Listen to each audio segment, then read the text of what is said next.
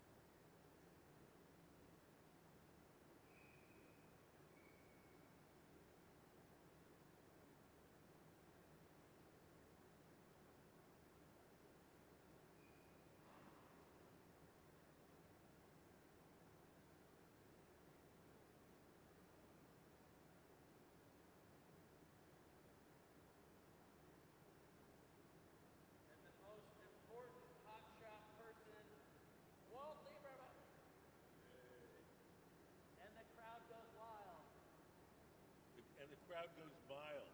A little mild so far, that's good.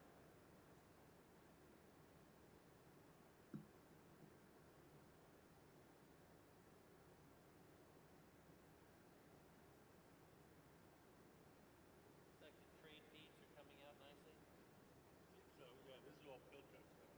Oh, okay. This is all done before. Is that the ones over there? Yeah, that's my stuff over there. Okay. Good morning. You're like, it's way too quiet in here. What are you gonna play today? I don't know. See what hits you? Yeah.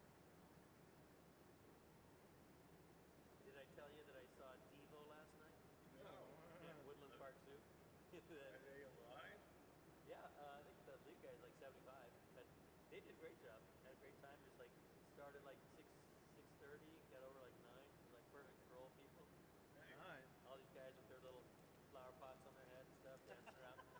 They had a great time. Oh, that sounds cool. I did see him one time, a long time ago, at the Paramount. I found that clown. Okay. Here's a mini pencil for you. Yeah. She said she wanted.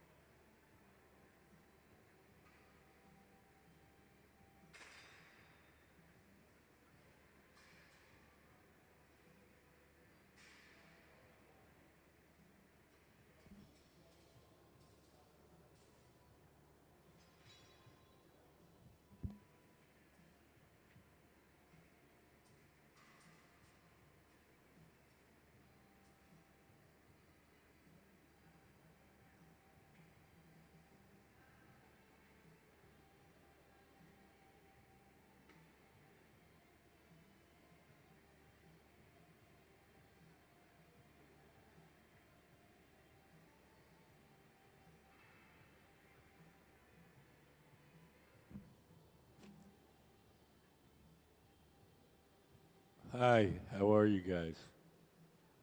Good. Welcome to Museum of Glass. Today we're working with a guest artist, Wendy Redstar. She's not a glassmaker, so she's working with our resident team of glass blowers to make her objects. So right now we're in the process of doing what's called pulling cane. This is what we call cane, and we melt it into other pieces of glass to make stripes. So before we make a bunch of stuff with cane, we have to produce it. When we use the cane, we use it in approximately this size, kind of like a pencil. And instead of making each cane individually, we stretch out a big long one, maybe 10, 12 feet long, maybe even longer, and then we chop it up into individual sections to use.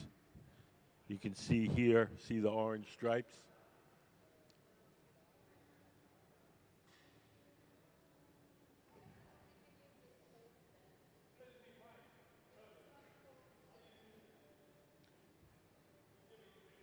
So we buy our colored glass in the form of these bars. We call them color bar. We buy them from two companies in Germany. They have like 200 different colors.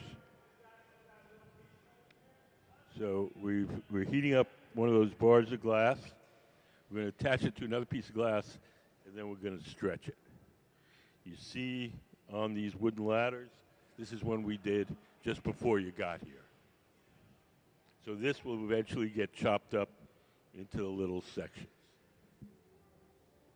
So Sarah has a little disc, Sarah in the sweatshirt has a little disc called the post.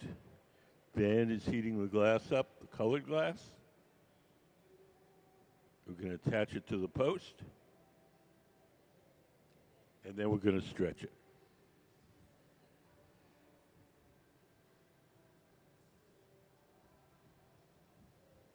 So it's kind of like a big taffy pull.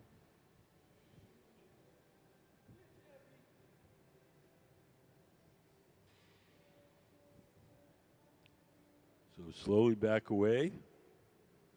We want to get as much length out of that as we can, and we want it to be even.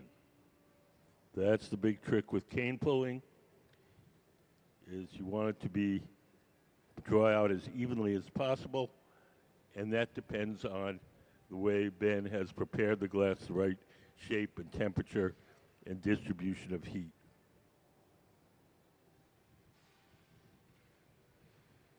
When they've stretched it as far as they need to, they'll stop and they'll hold it up in the air for a little bit, let the glass cool and stiffen a bit, and then we'll rest it on the wooden ladders to cool completely. So basically what we're doing here is we're manufacturing stripes.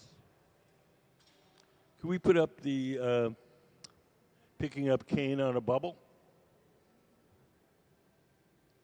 So if you look up on the big screen, we have a little diagram. So whatever kind of stripe pattern you want, you lay it out on a ceramic plate. Then you blow a bubble of glass, and you roll it over the cane. The canes stick to the sides, and then we heat them up and melt them in. Each cane becomes one single stripe. So you can see here, each of these stripes was one cane.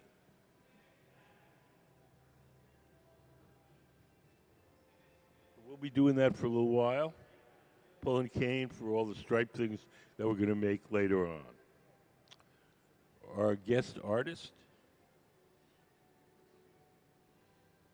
is Wendy Redstar. She's over on the left. Is there? Can't see. No. She's sitting on the stool over on the far left.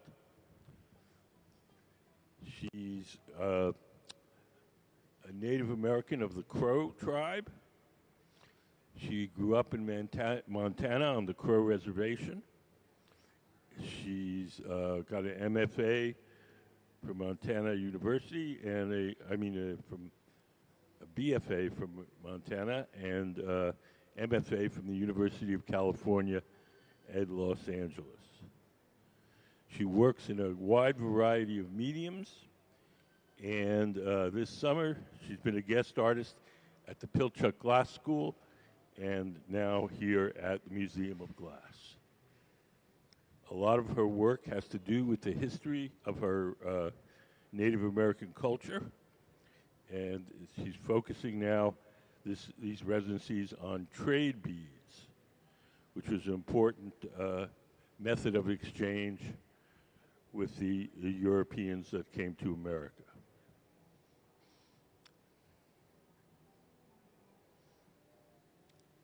Most of the trade beads that were either made in Venice or in the Czech Republic. So a lot of the beaded work that you see in museums, you're actually looking at Venetian glass or Czech glass.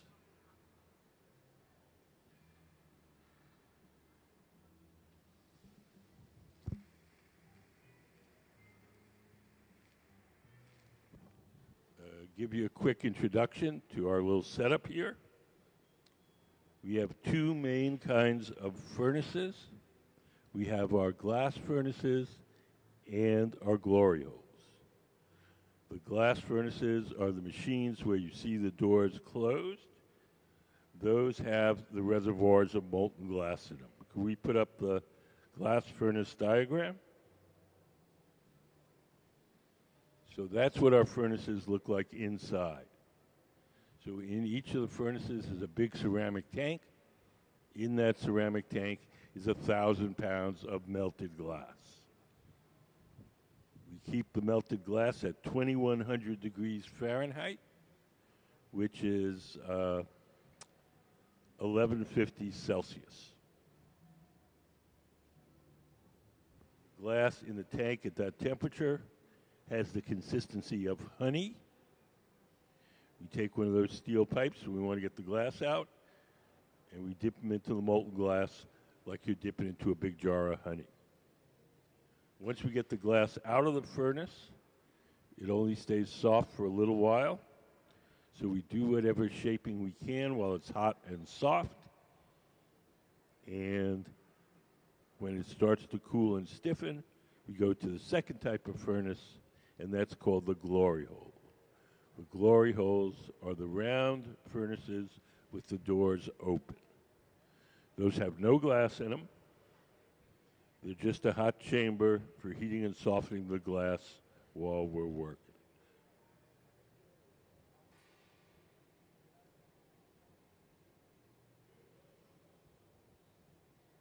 So what we're doing earlier this morning is called pulling cane.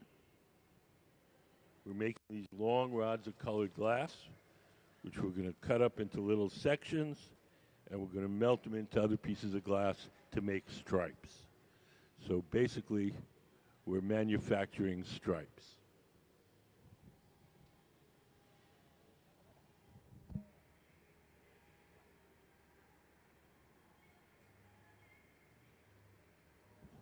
We're going to use these cane or these stripes to make striped beads for our guest artist, Wendy Red Star.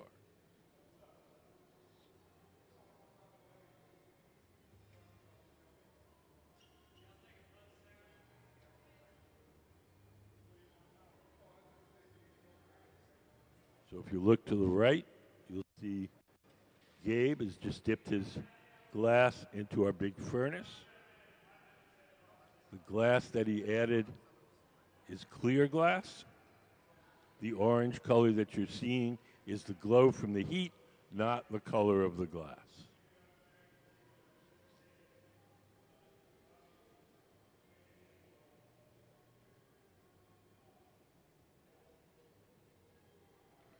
So we're going to stretch the glass that Gabe has. Gabe is the man in the hat at the center of the workshop.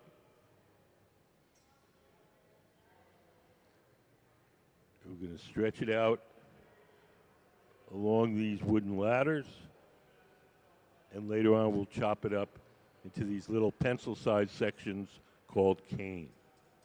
And each cane will be melted into something else to make a stripe. So right now, or for, I don't know, next half hour or so, we'll be pulling cane.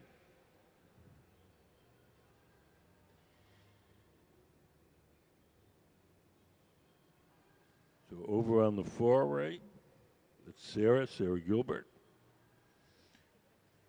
She's made a little disc of glass we call the post, and we use it as a handle to stretch the glass that Gabe in the center is preparing.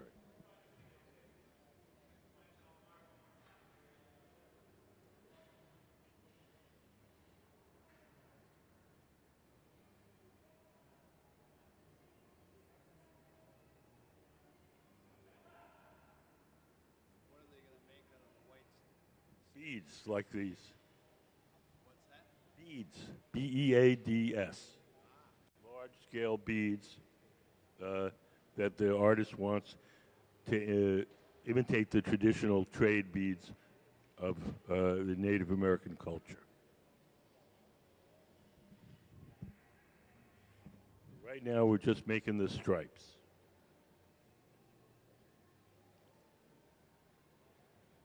So we attach the glass to the post and begin to stretch.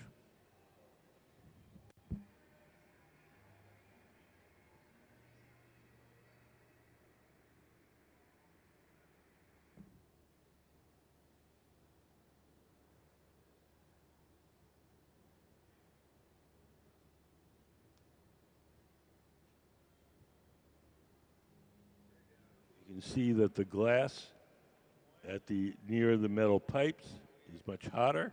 You see that orange glow, and you see in the center where it's cooler, that orange glow disappears, and you see in the natural color of the glass.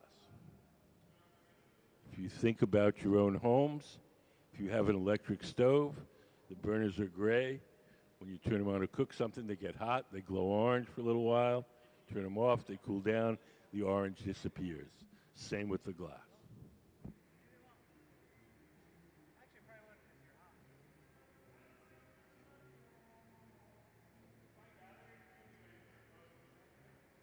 Yeah, I'm about to break this off. Just hold it up in the air for a minute, let it harden just a bit, then we can gently rest it on the wooden ladders to cool.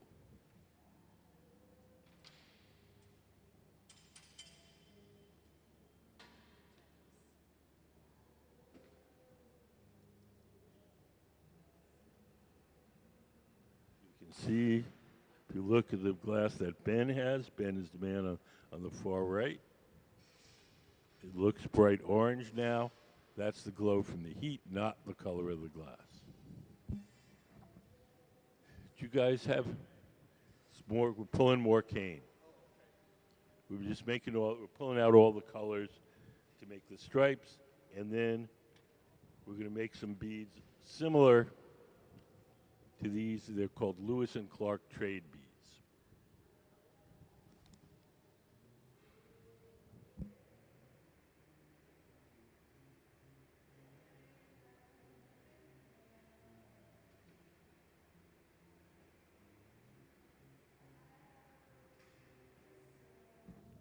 Sarah's making the post.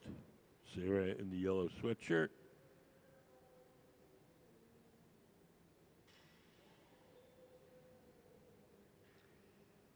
Ben. So Sarah, Ben, and Gabe, they are our Museum of Glass Hot Shop team, or a resident team of glass blowers. And when we're working with a guest artist who's not a glassmaker themselves, they come up with ideas and designs, and our team of glassmakers make their designs. Yes. Wendy Red Star, our guest artist, is not a glass blower. So we've had ceramicists, painters, basket makers, poets, all sorts of folks who are not glass makers. If the person is a a glass maker themselves, then they take lead of the team, and our folks assist them.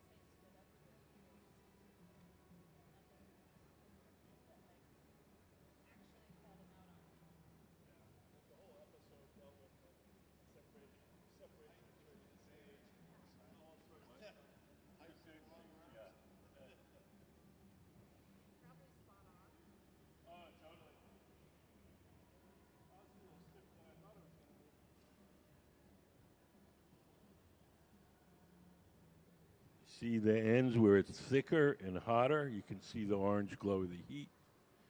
And you go to the middle where it's thinner and it's cooling off. What color is that going to be? It looks like a black. Blue. I know what color it is.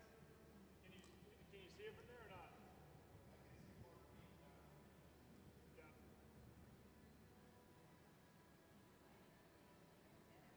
But yeah, it starts off as bright orange.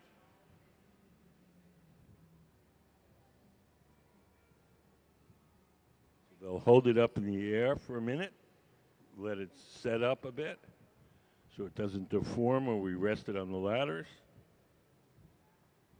And we'll rest it on the wooden ladders to cool and break off the two ends.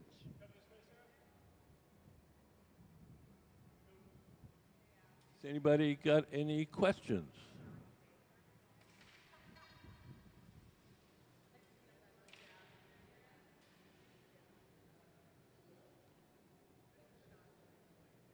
Can we put up some of Miss Red Star's artwork on the big screen?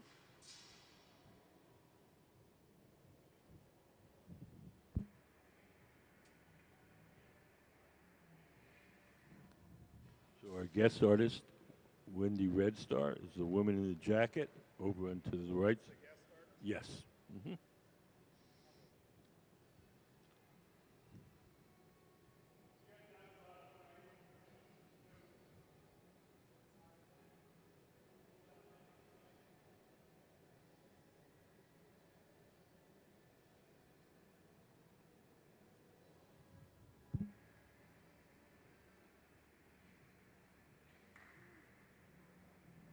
She works in a wide variety of materials.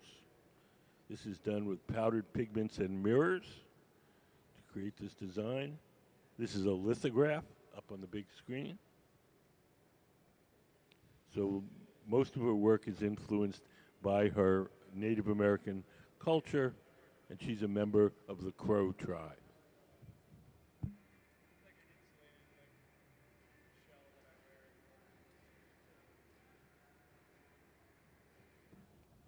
If you watch Gabe over on the right, he's taking the pipe to the pipe cooler.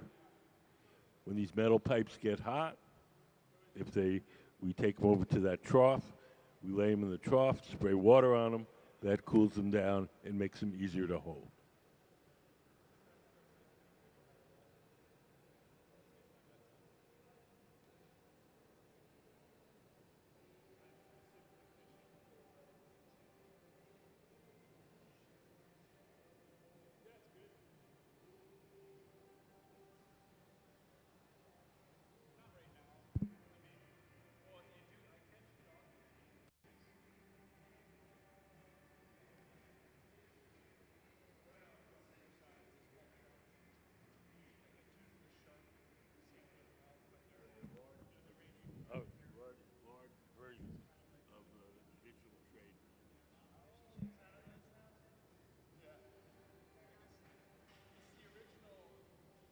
clear parts that you see attached here are going to all get cut off and polished.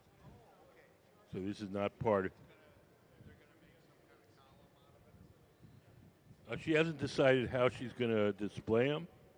She's going to just make them, a whole bunch of them, take them back to her studio, look at them, and figure that out.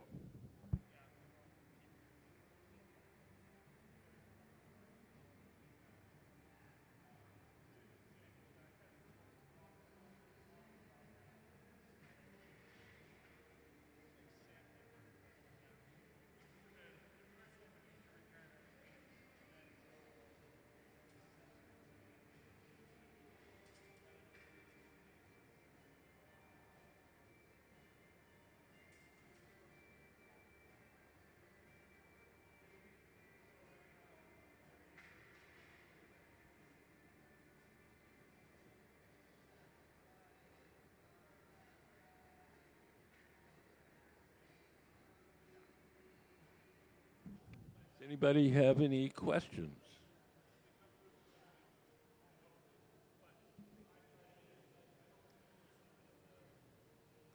There are three main ingredients in glass: sand, soda ash, and lime. Sand is the bulk of it. It's mostly melted sand. Soda ash is sodium carbonate. It acts as a flux and lowers the melting temperature of the sand.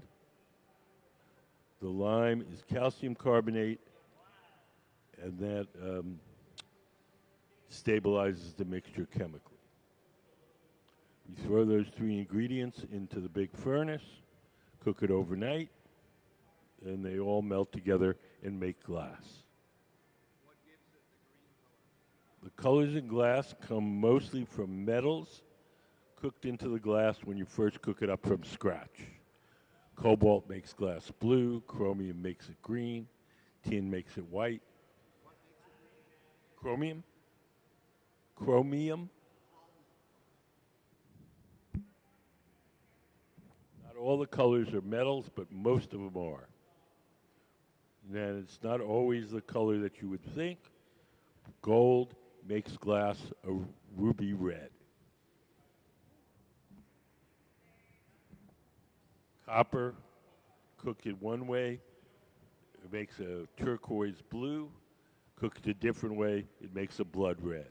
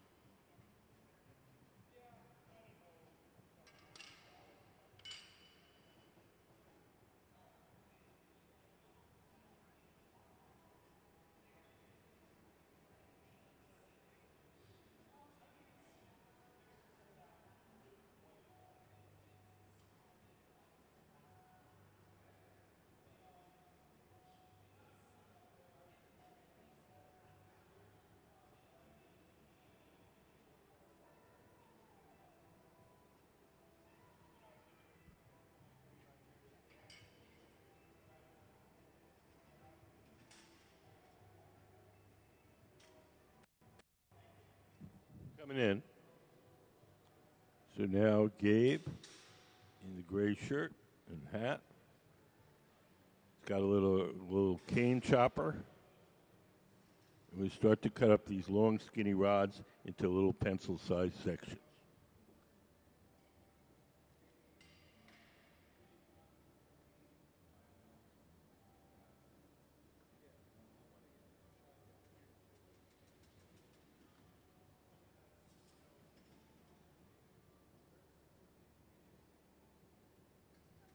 have a little jig with a hardened steel edge. We lay the glass rod on that jig and give it a tap,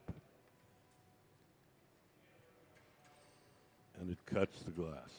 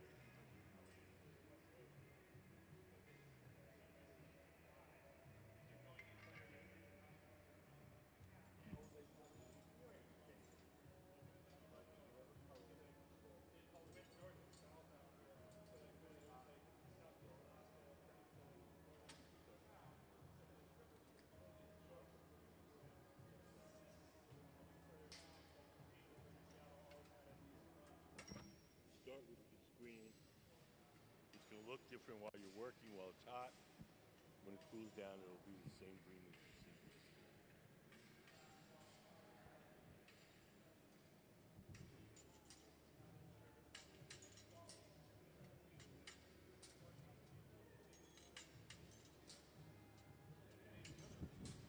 Can we put up picking up cane on a bubble?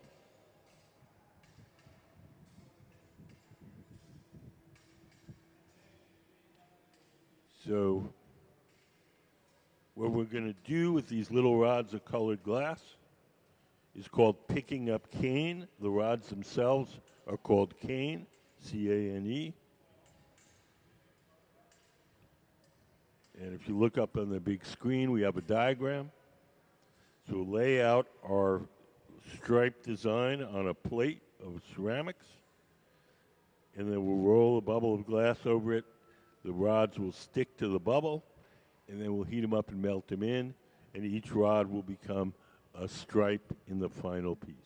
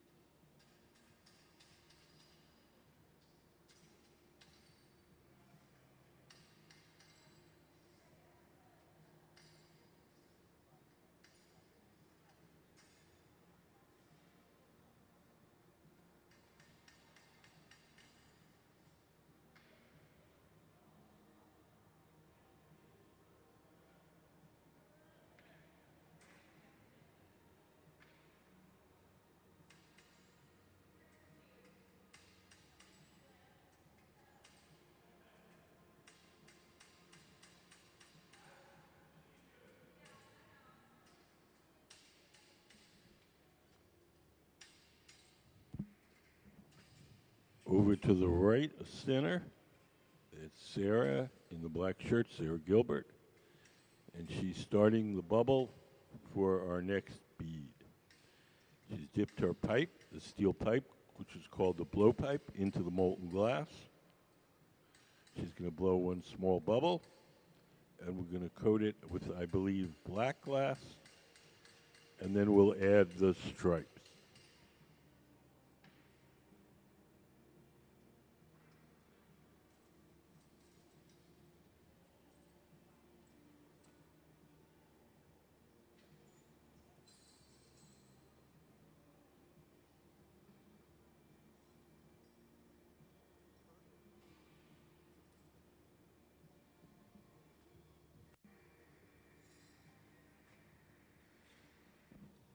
Over on the bench on the left, Sarah has a bubble of clear glass, although it's looking orange at the moment. That's the heat. Ben, tall guy in the gray shirt, he's heating up the colored glass, and we're going to coat the clear bubble with the colored glass.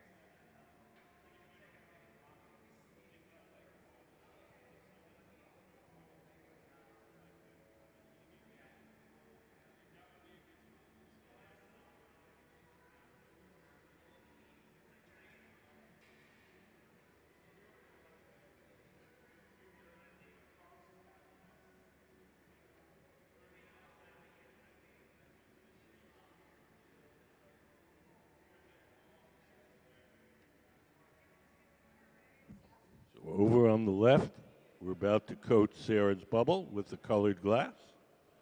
Ben, tall guy in the gray shirt, has the colored glass. Sarah has the clear glass bubble. We're going to drop a wad of color on the clear, cut it off, and Sarah will smear that until it entirely coats the original bubble.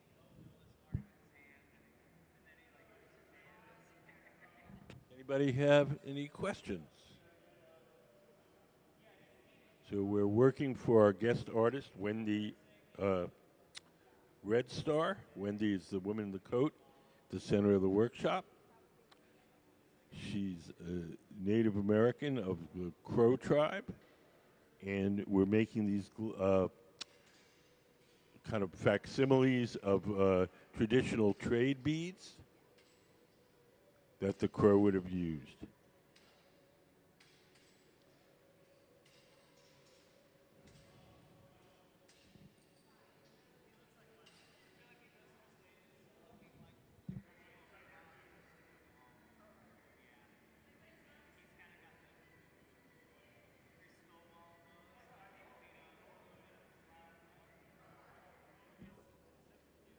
So over on the far left, Sarah's rolling the glass against that steel table. That's called the marver, M-A-R-V-E-R. And she's pushing the colored glass backwards towards the pipe until it entirely coats the original bubble. All the glass that's in our furnaces is clear glass. It has no color. We buy our colored glass separately in the form of these bars. We buy it like an artist buys paint, red, yellow, blue, pink, or purple. We blow a bubble of, when we want to make a colored object, we blow a bubble of clear glass from our furnace. We heat up a chunk of colored glass, and then we coat that original bubble with the colored glass. We have a little video to show you how we do that. Could we play color overlay? The color in glass comes from adding various materials to the mixture of raw ingredients called batch. Most of the colorants are compounds containing some kind of metal. For example, adding cobalt to clear glass creates a deep blue. Tin and antimony can be used to create white glass, and gold chloride can produce a rich red or pink colored glass. Colored glass is melted in furnaces, just like clear glass, and then is usually rolled into bars for storage and easy application. In order to apply color bar to a bubble, we first need to preheat the color to approximately 950 or 1000 degrees Fahrenheit in a color oven or garage. Once warm, the color is then picked up on the end of a punty rod using a little bit of clear glass as a support. The color is then heated in the 2300 degree glory hole to soften it and make it malleable, while another artist creates a small bubble of clear glass on a blowpipe. Once warm, the color is dropped over the clear bubble, and then using a variety of hand tools or the steel marver, the color is rolled back over the clear in an even layer. This process is called dropping color, or creating a color overlay. Depending on the project, that bubble is then usually gathered over with clear glass and blown into the final form.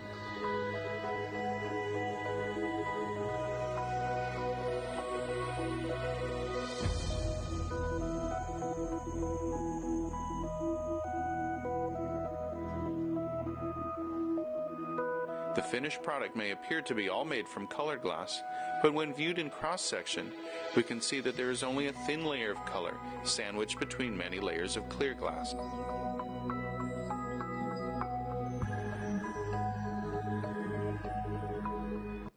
The reason that we apply the colored glass in this manner is so that we can have any color we want anytime we want. If we were to fill the furnace with blue glass, we could only make blue things.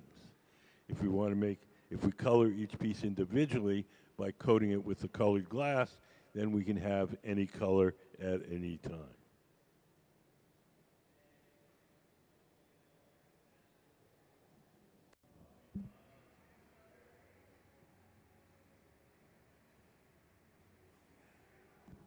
Look up on the big screen. You can see now that Sarah has coated her bubble with the black glass.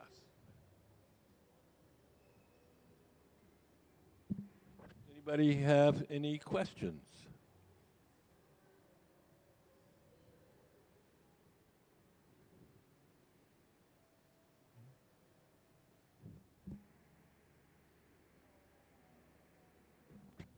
Sarah's going over to our furnace. Behind that door, there's a big ceramic tank. In that ceramic tank is 1,000 pounds of clear molten glass. Dip her bubble into the molten glass.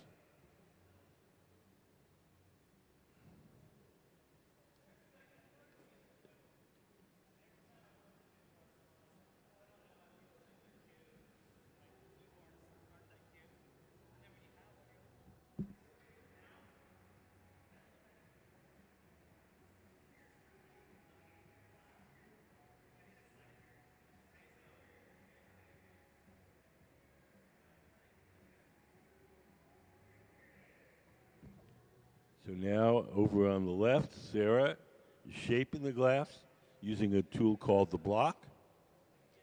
The tool is made out of wood. It's stored in a bucket of water. As long as wood is wet, the tool doesn't burn, and it doesn't leave any marks as she shapes the glass. Even though it looks like a scoop, we don't scoop up any water in it. we just use it empty. We want the wood itself to be wet so the tool doesn't burn. There's a kid at his daycare that's about the same age, and he's like,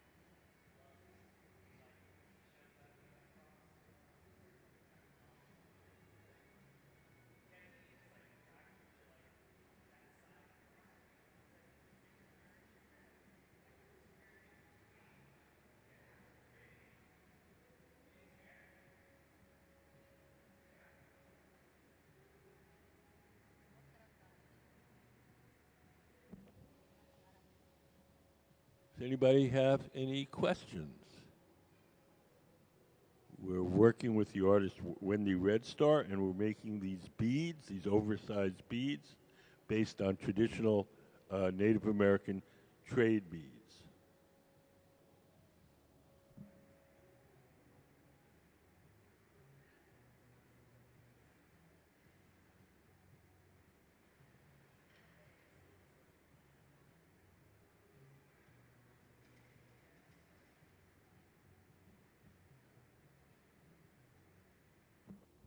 So if you look on the far left, Sarah is shaping the glass as Gabe, the man seated to the left, is blowing. So one person is blowing through the steel pipe, and the other person is shaping.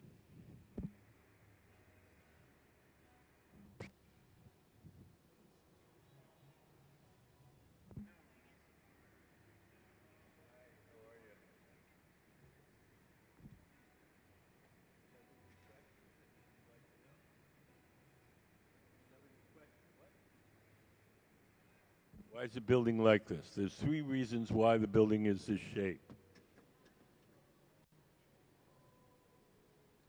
Reason number 1 is it looks really cool. Reason number 2, the entire building is designed to act like a giant chimney, so there's a natural updraft to take the heat and smoke away from the furnaces. Reason number 3 is historical. Along this waterway, before the museum was here, there were a number of sawmills. The sawmills had big cone-shaped metal outbuildings where they burned the waste wood from the sawmills for power. When the architect Arthur Erickson saw all these big cone-shaped metal buildings, that's what gave him the idea to make the building in this shape.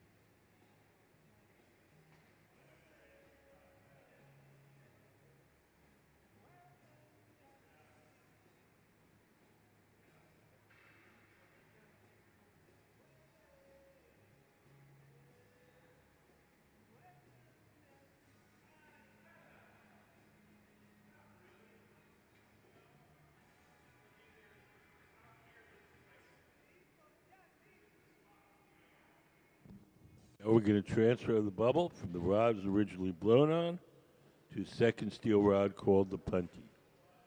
The second steel rod will hold the bubble from the opposite side.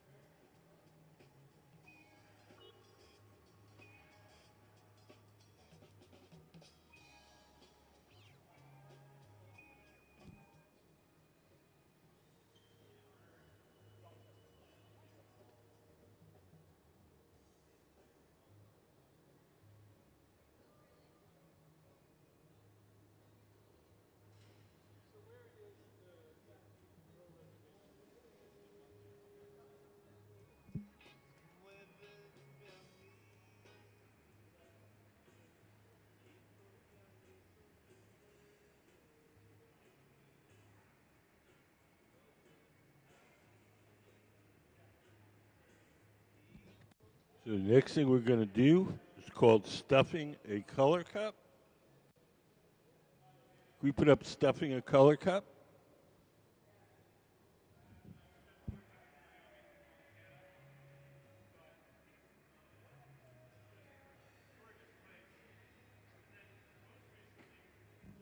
Over on the right side of the studio, Sarah in the black shirt has made the color cup. So it's a bubble coated with black glass. In the center, Ben is making a thick bubble of clear glass. We're going to stuff the thick bubble of clear in the color cup. Can we put up the color cup drawing? Stuffing the color cup.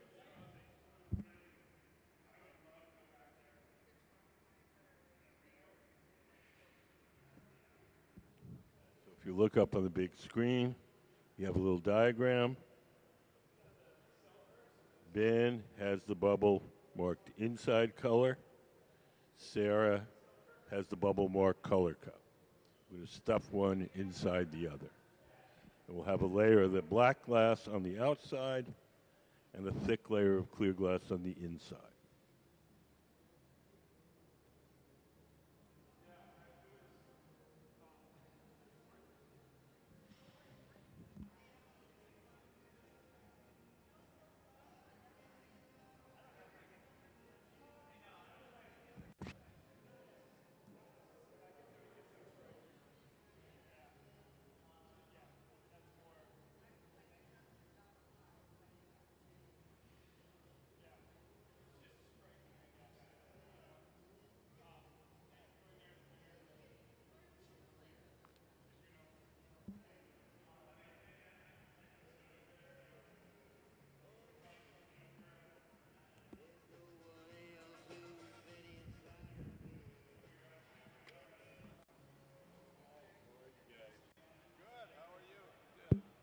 You guys have any questions?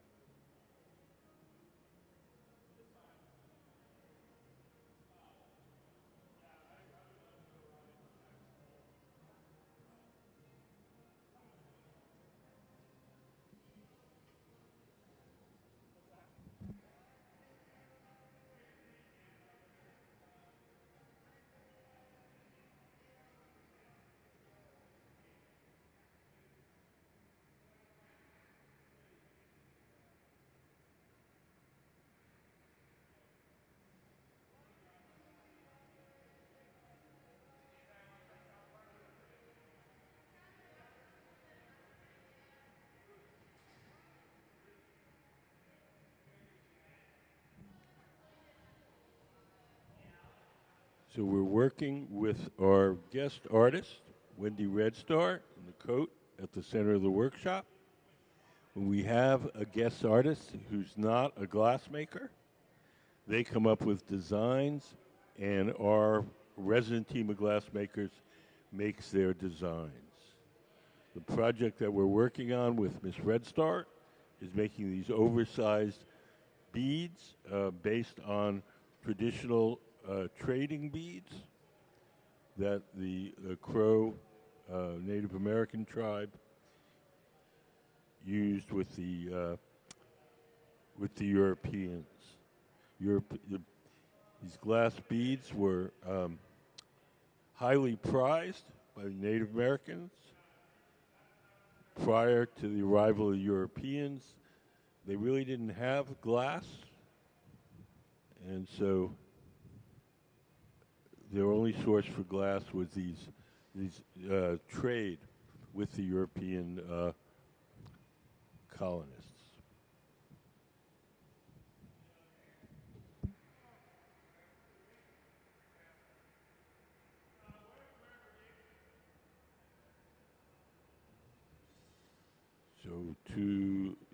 So Ben, tall guy in the gray shirt, has just coated his bubble with a fresh layer of hot molten glass. Sarah on the left has our color cup. And we're going to stuff Ben's clear bubble inside Sarah's color cup.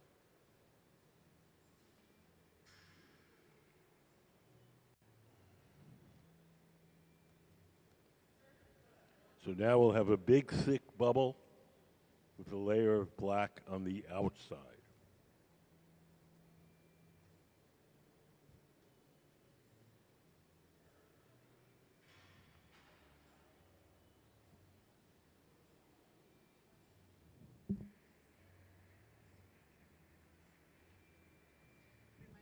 Anybody got any questions?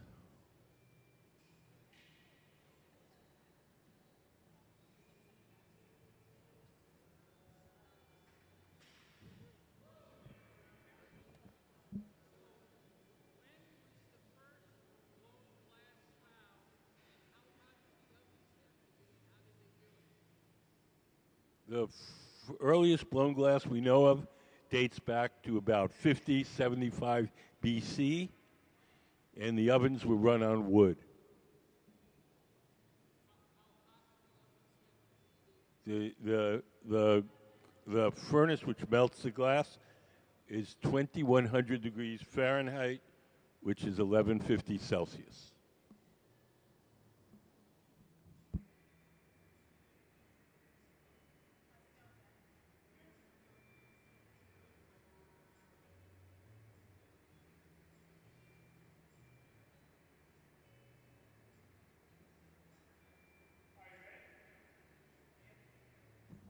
About to add our stripes to our bead.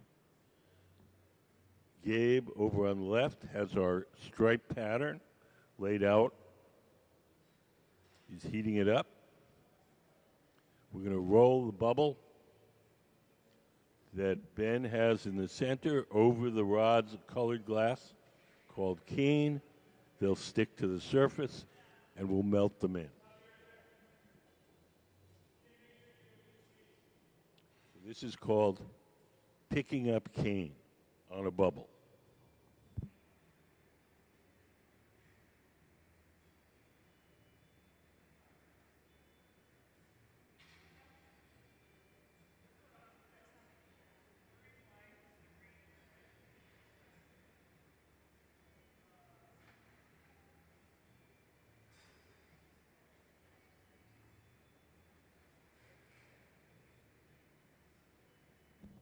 Notice that one of the glass blowers is seated to the left of the workbench.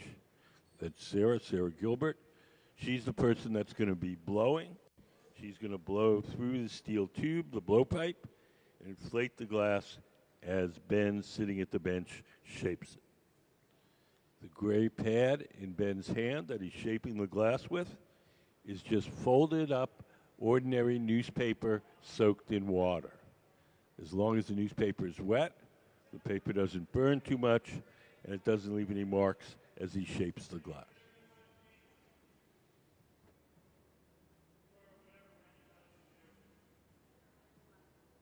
So we're making these oversized beads. They're known as Lewis and Clark beads, and they have a stripe pattern on the surface. We're about to put the stripe pattern onto the surface.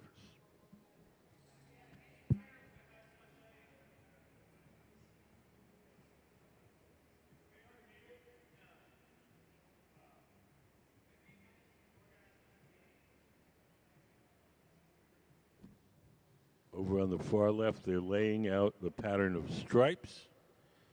Earlier in the day, we made these rods of colored glass called cane on various in the colors that our guest artist wants. And now we're laying out the pattern, and we're going to melt that pattern onto that bubble in the center.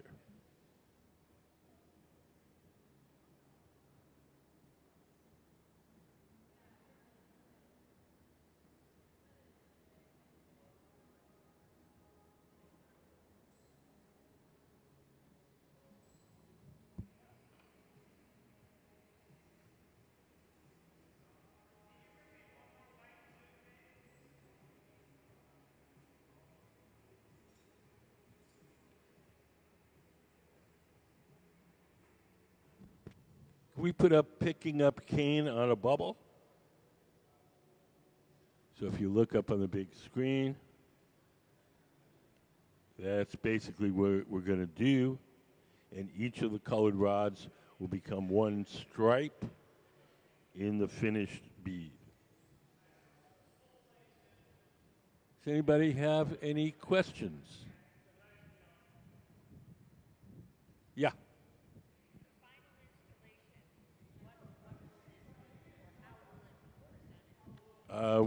Miss Red Star doesn't know yet. She's going to make the beads and decide on that later.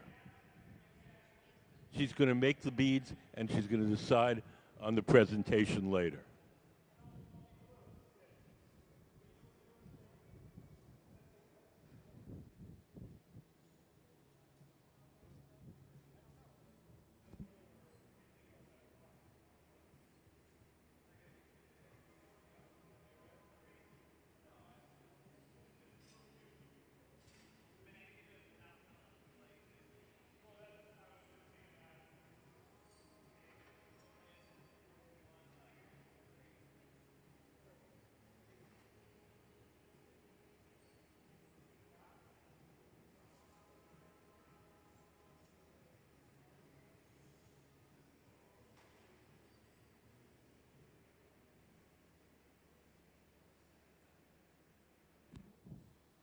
The bubble in the center is black.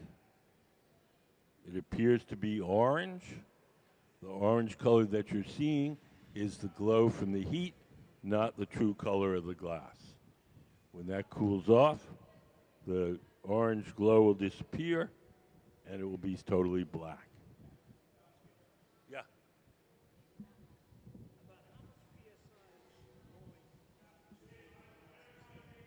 I have no idea about in terms of PSI. It's just like blowing up a balloon. And I have no idea how much PSI is in a balloon blowing. It's like blowing up a balloon for most things. When we make really big things, it takes a little bit of huffing and puffing. But for something like this, it's just like blowing up a balloon.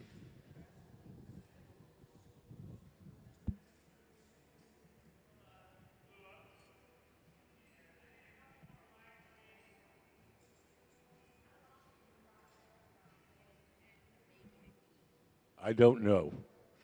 This is the first one I've seen them make. So we started at 10 o'clock making the stripes, the cane. It's 11 now, 11:30 almost. But we're not done yet.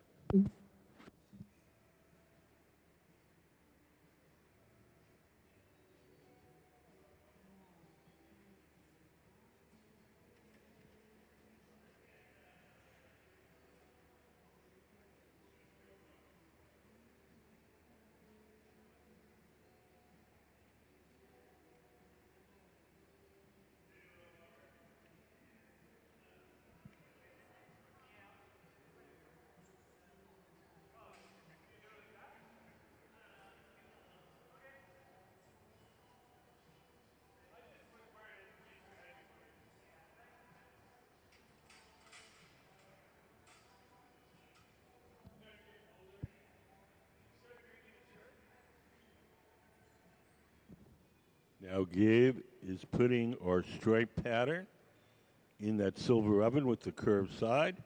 That's called the garage. And we'll warm it up before we apply it to the bubble.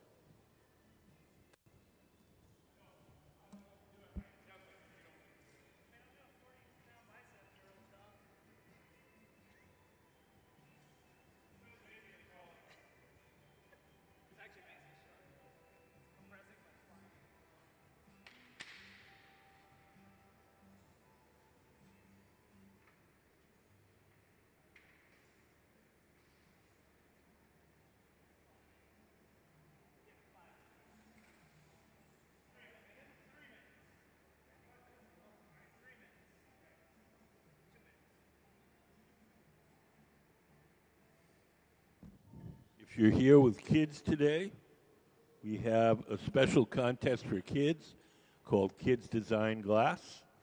Any kid 12 and under can do a drawing. Once a month, we pick one of the drawings and we make whatever the kid drew out of glass. We make 2 copies, one for the kid to take home and one for the museum collection. It's free to enter. There's a table in the lobby with drawing materials and entry forms. Our only restriction is you have to be 12 or younger. Could we play?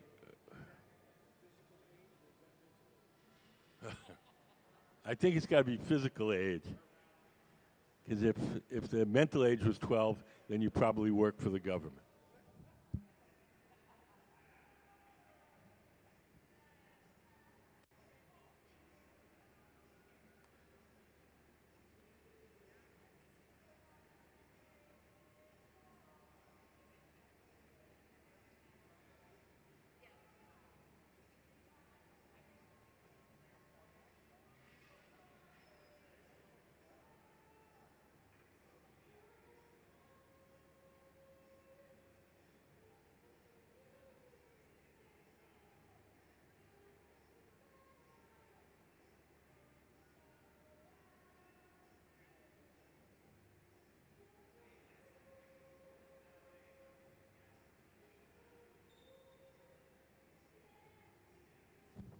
Anybody have any questions?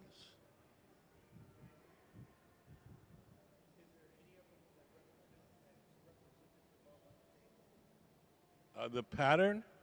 No. There was a drawing here somewhere.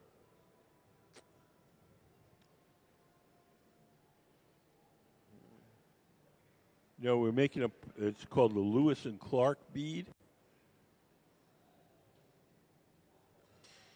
It has horizontal stripes, so the stripes will go horizontally around. It'll be a kind of a oblong-shaped bead. I don't think we have any here to show you.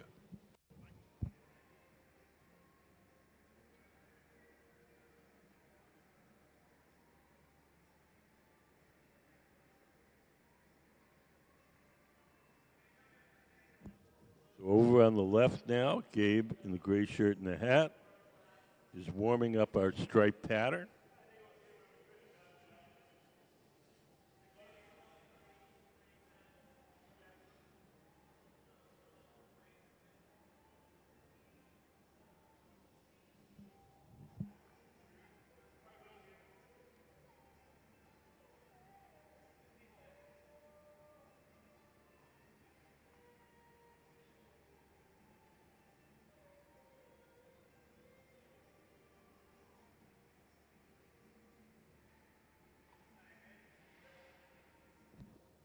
We go. Ben's going over with the bubble. And we're going to roll it over those rods of colored glass. The rods will stick to the surface. We're going to melt them in, and each rod will become one stripe in the final bead.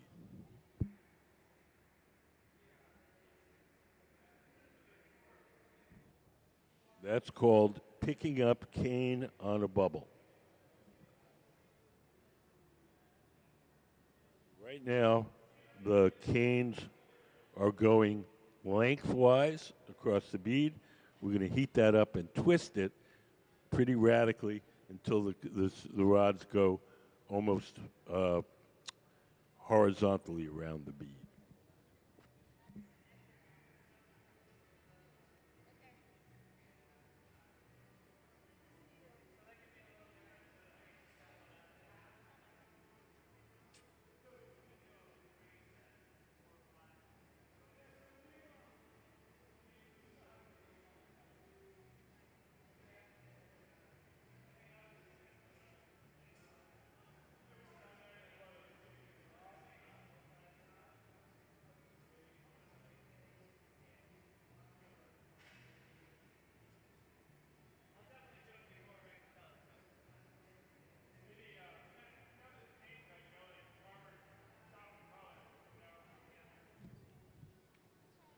On Sunday at 1 o'clock, our guest artist, Wendy Redstar, will be giving a talk here in the Hot Shop. We'll also be streaming it to the internet. So if you go to museumofglass.org, our website, click on Hot Shop and scroll down to the bottom, you'll see the live stream and you can hear her talk about her work. She works in a variety of materials, in fibers, in video, in performance. And for this residency, she's working in glass. So Ben is rolling the glass against that steel table.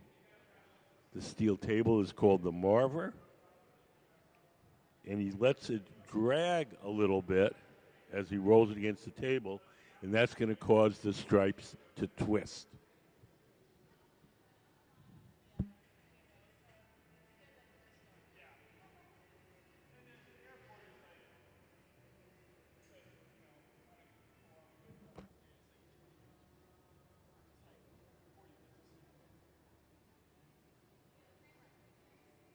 We want those stripes tightly twisted, so instead of going down the length of the bead, they'll go horizontally across the width.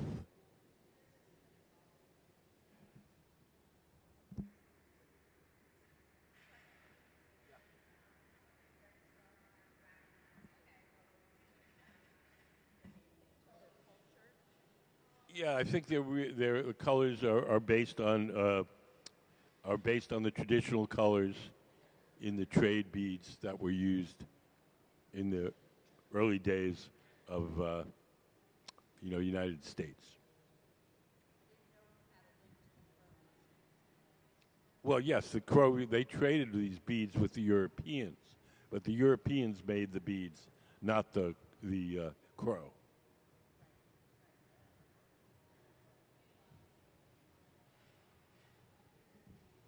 Most of the beads came either from Venice or from the Czech Republic.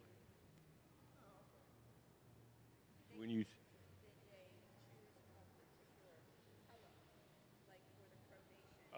she was telling me that that particular blue, was highly prized, but they weren't made by the Native Americans themselves. They were made by the Europeans and brought to trade.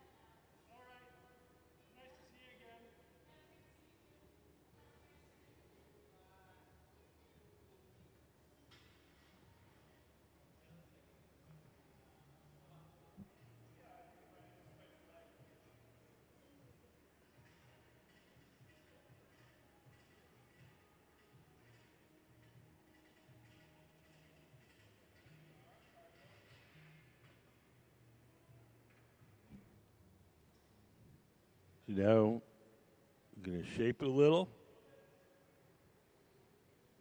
Gabe, seated to the left, is going to blow.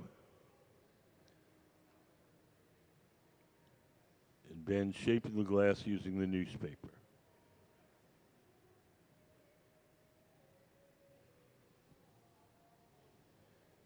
Can we put up the newspaper photo?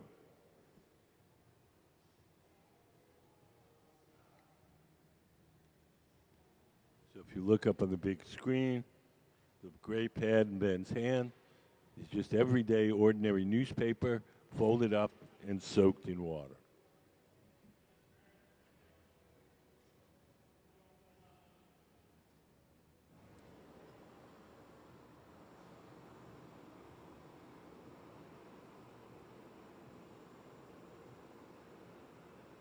As we get later on in the process and the glass gets a little bit cooler, you'll start to see the pattern emerge.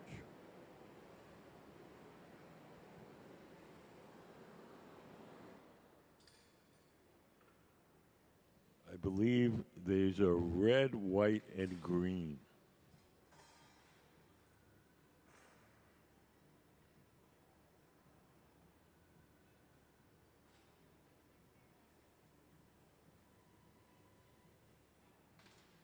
The round oven that Sarah's heating up the glass in is called the glory hole. It runs on natural gas and forced air. And we keep it at approximately 2,300 degrees. Now Ben is using a tool called the jacks. Ben is the man sitting at the workbench and making a sharp crease in the glass. That crease is the place where we'll be able to break the glass away from the metal pipe once we're done shaping.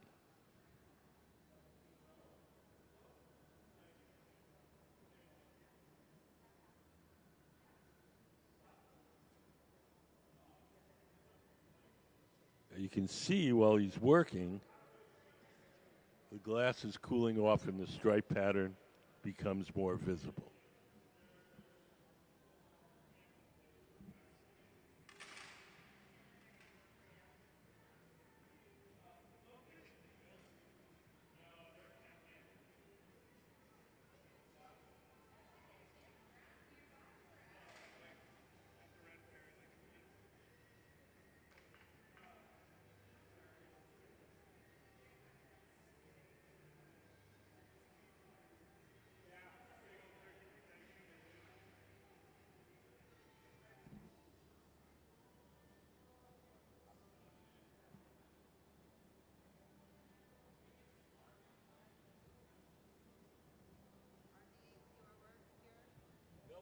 I'm just tour guide.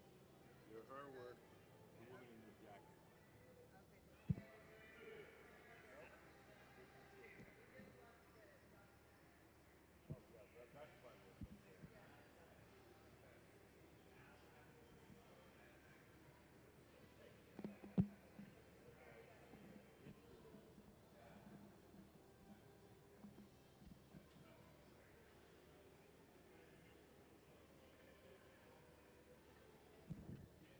So our guest artist who came in a little later is Wendy Red Star in the jacket at the center of the workshop.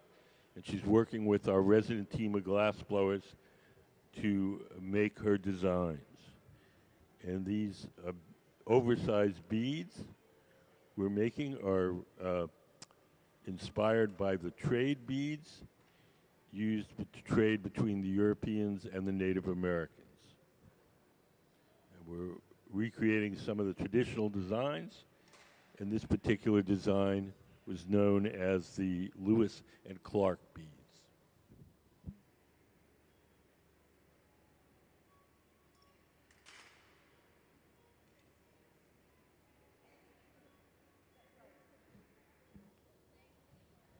So this design where we have the stripe pattern, which is twisted so it almost goes horizontal. In the Venetian glass blowing world, is called mezza filigrana. Filigrana, sorry.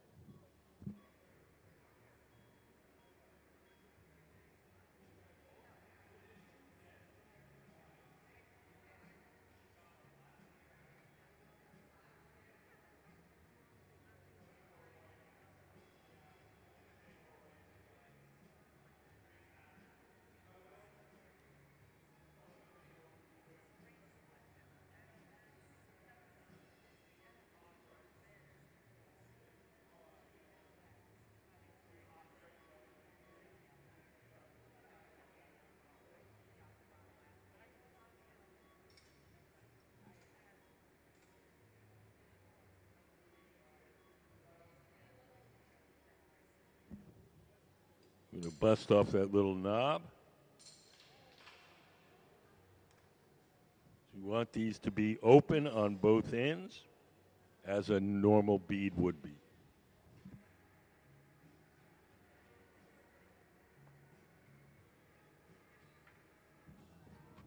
Hi. How are you guys? Do you guys have any questions? Okay. Do you guys back there have any questions? Good.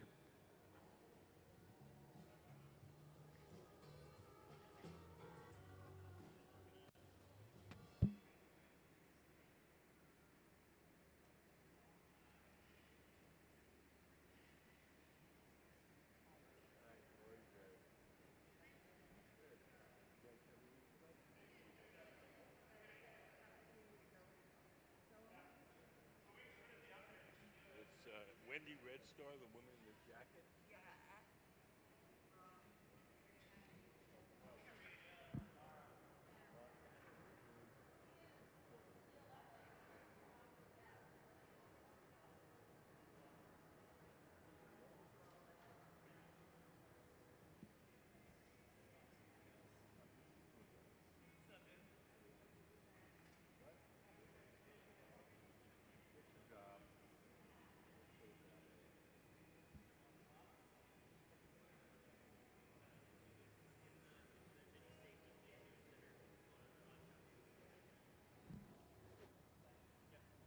You'll notice that Sarah has two wooden paddles. She's using one of the wooden paddles to keep the end of the bead straight. She's using the other paddle to shield Ben's arm from the heat. The heat that comes off the glass is radiant heat, like an outdoor heater. It heats the first thing it strikes. So if you put the paddle between the arm and the glass, the paddle gets hot and the arm doesn't.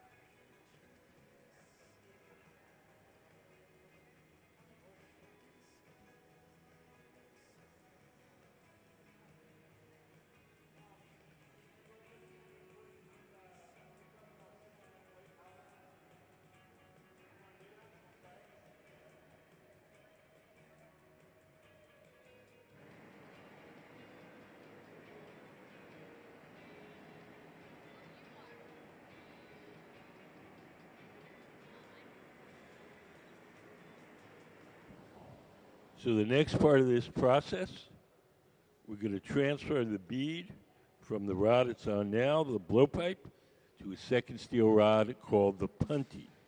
We'll grab it by the opposite end, and we'll break it off the pipe, and then we'll have access to the opposite side. Gabe, over on the far left, is preparing the second steel rod. It's called the punty, P-U-N-T-Y.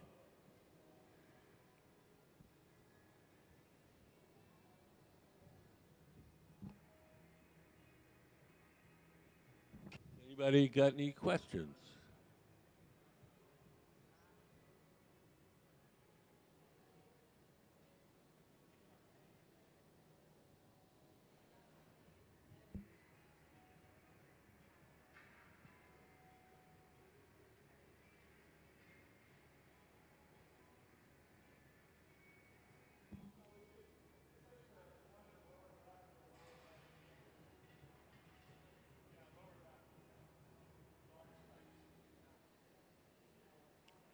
Wendy Red Star, our guest artist, is a member of the Crow tribe, and a lot of her work, in fact, almost all of her work, is influenced by her Crow culture. The Crow were a tribe in Montana. So we're attaching the second steel rod, the punty, and this is only temporary. It's to hold the bead from one end so we can work on the opposite end. So this is not part of the bead itself. It's just there temporarily so we can hold it. When they feel that bond is strong enough, we'll take a pair of tweezers, dip them in water. We'll drip a little water where we want the glass to break, and we'll give the pipe a tap, and off it'll come. There's the tweezers with the water. There's the tap, and off it comes. So now the opposite side is exposed. That opposite side can be heated and shaped.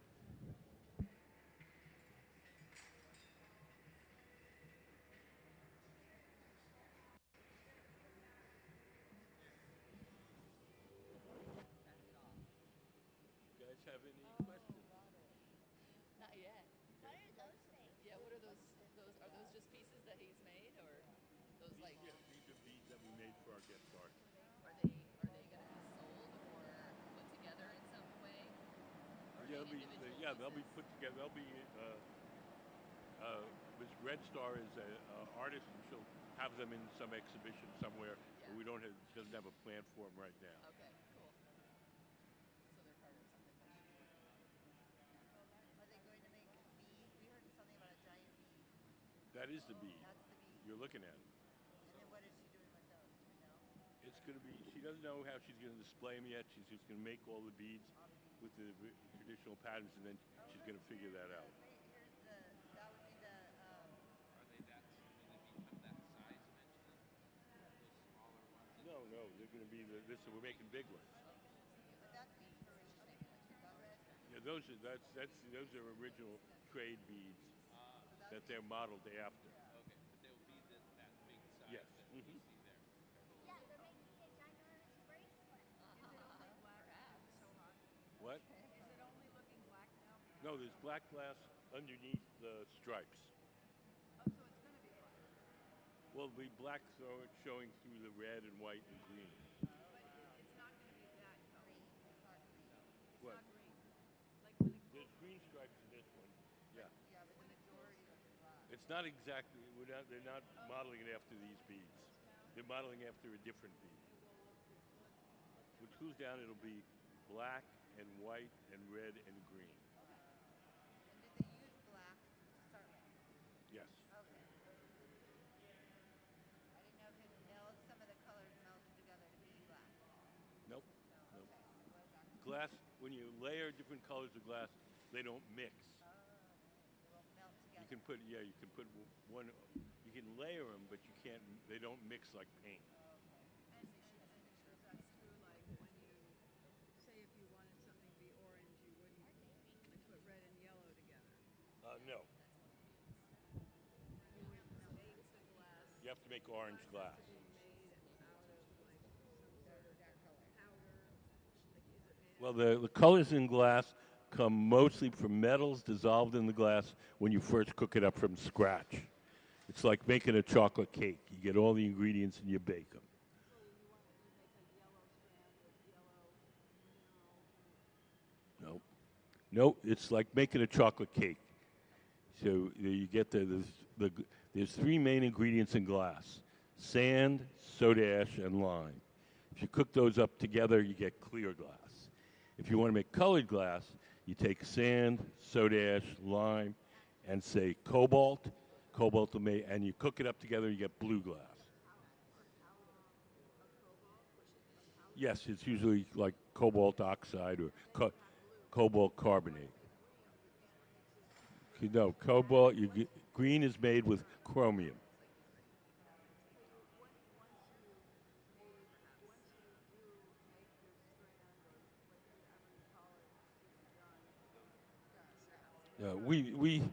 We buy our colored glass from two companies in Germany, and they have like 200 different colors, and then we melt the colored glass onto our glass. But what they do is cook it up from scratch, and they take the raw ingredients of the clear glass, and they cook them up with blue, red, with copper, chromium, cobalt. It makes it colored glass. Nope. Sorry. No, there's a lot of chemical reactions between the. It doesn't mix like paint. Get that out of your head. No. Yes, you can layer them. So if you had say transparent blue, and you put transparent yellow layer over that, it would appear to be green. But the layers would still be distinct. They wouldn't be mixed. And there's also chemical reactions between the various colors. Okay. I think I do. Yes. Hmm. They bought all the colored glass. Yes. They frit is crushed up colored glass.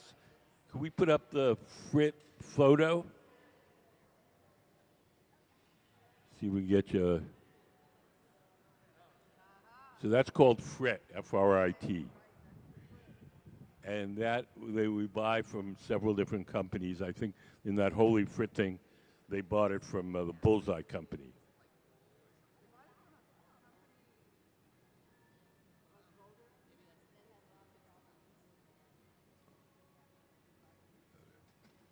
That's Bullseye.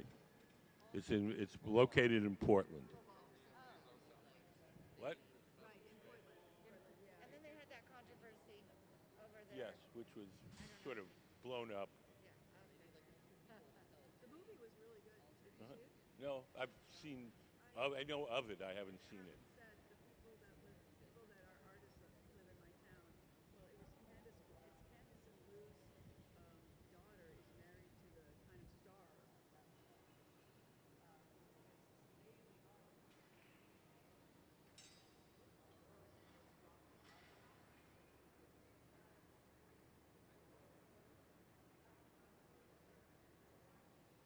So we're shaping the end of the bead with the newspaper. That gray pad is just folded up, ordinary newspaper soaked in water.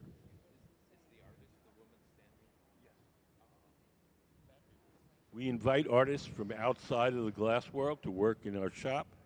When the artist is not a glassmaker themselves, then they come up with designs, and our resident team of glassblowers makes their designs. And that's what's happening today.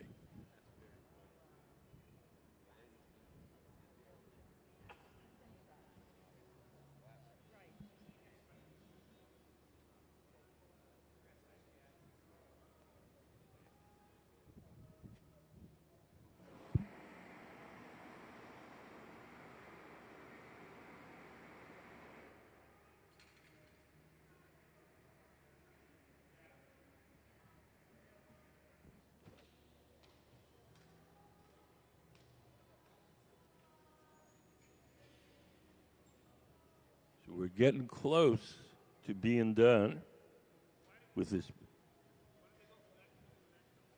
I have no idea. Oh, I know why. Because they're going to sift some powdered colored glass onto the surface to give it a texture, and that happens around the corner. So we warm it up in the glory hole that's closest to the powder booth. Do we have a camera in the powder booth? There we go. So we have a flour sifter with powdered colored glass in it. And we're going to sift it on. I think she doesn't want to obscure the colors. She just want to give it a kind of a crusty texture.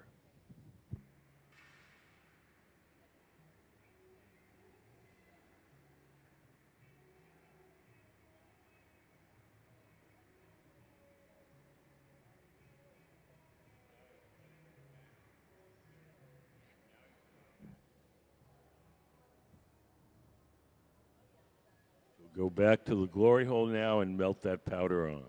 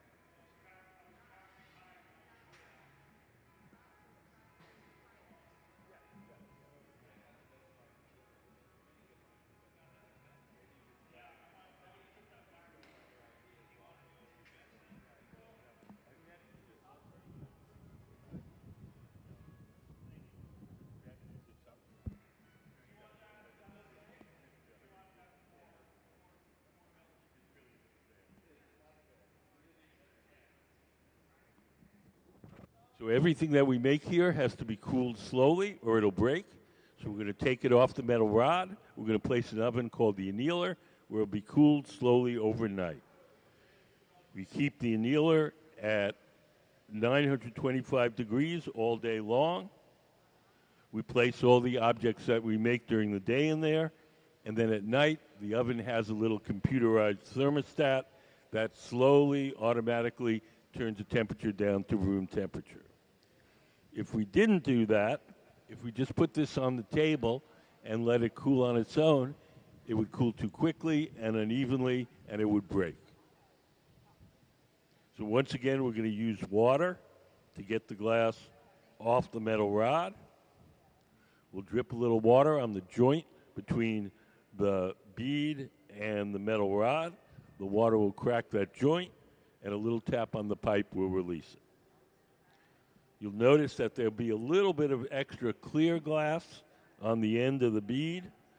That extra glass will mechanically grind off and polish after the bead is cold.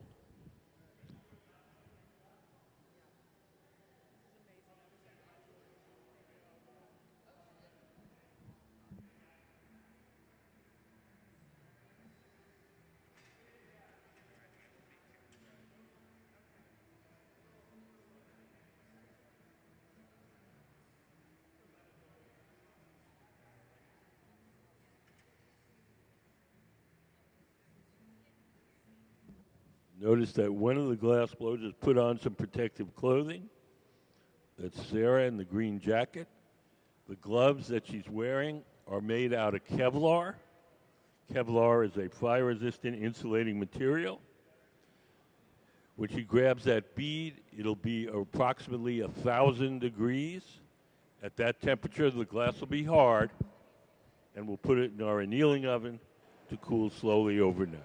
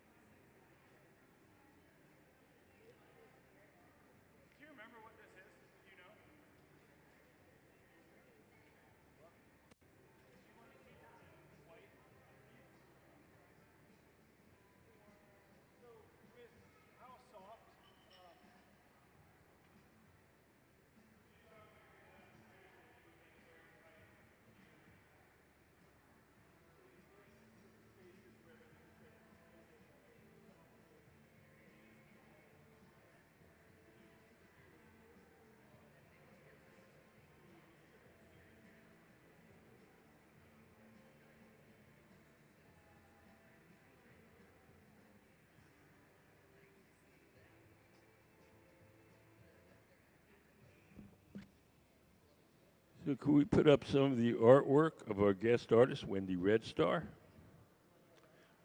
Wendy Redstar is originally from Montana as a member of the Crow tribe, and a lot of her work is based on the traditional Crow culture. She's working with our resident team of glass artists today, and she wants to make these oversized beads modeled after traditional trade beads that the Europeans used to trade with the Native American culture. She does a quite variety of work using all sorts of materials, lithographs, paintings, video, computer-generated artwork. Well, the one thing she's not is a glass maker. So we've invited her here to work with our resident team of glass blowers to make some things for her out of glass. So everything we're making today is her design, but it's being executed by our resident team of glass blowers. We have a very talented team that work for the museum. We have Gabe Feenan in the black hat, Ben Cobb, tall guy in the gray shirt, and Sarah Gilbert. Glass blowing is a team sport.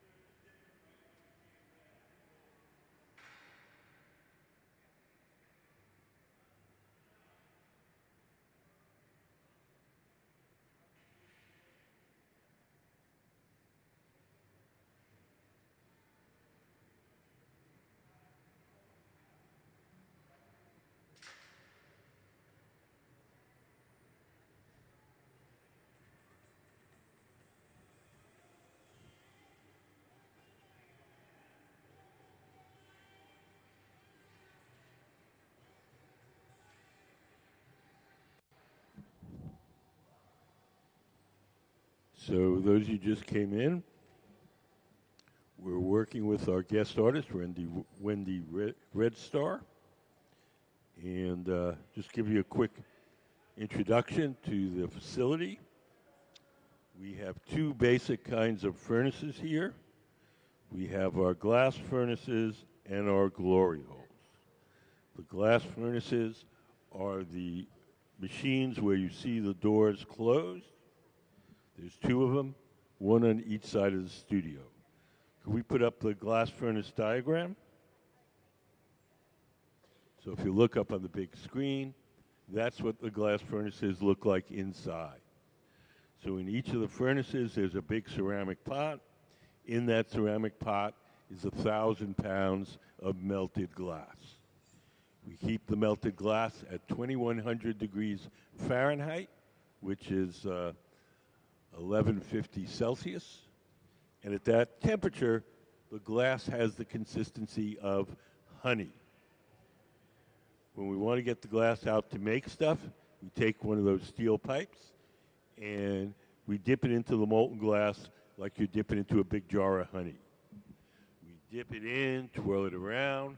A little bit of glass sticks to the end of the pipe. The pipe itself is hollow, so when you blow, the ball of glass blows up like a balloon.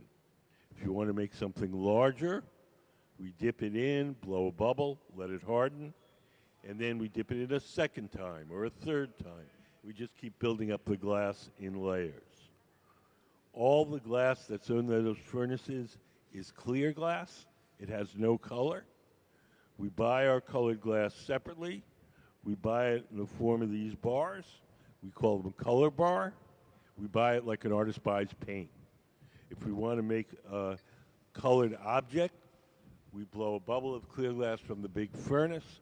We heat up a chunk of the colored glass, and then we coat that initial bubble with a layer of the colored glass. We have a little video. We'll show you how that works.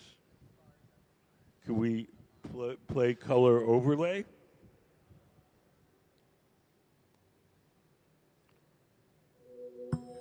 The color in glass comes from adding various materials to the mixture of raw ingredients called batch. Most of the colorants are compounds containing some kind of metal.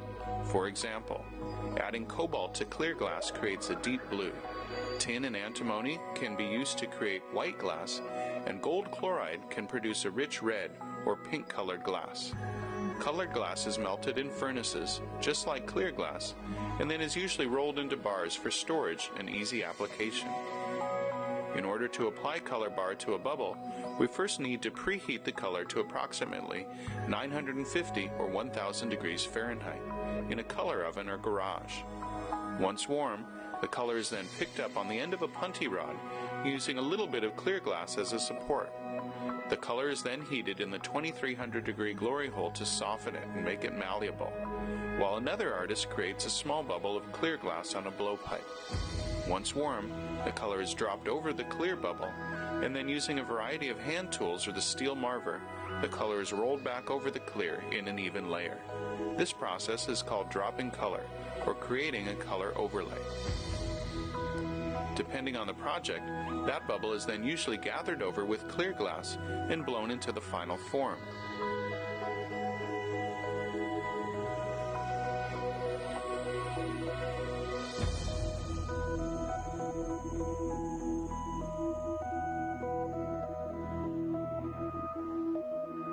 The finished product may appear to be all made from colored glass, but when viewed in cross-section, we can see that there is only a thin layer of color sandwiched between many layers of clear glass.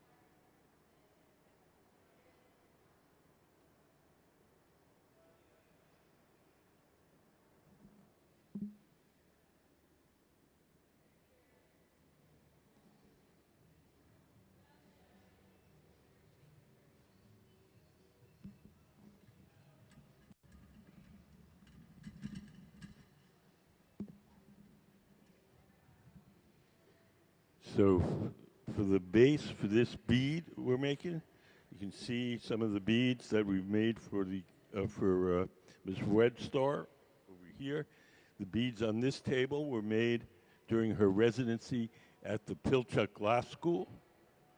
Pilchuck Glass School is a school started by Dale Chihuly, 1971.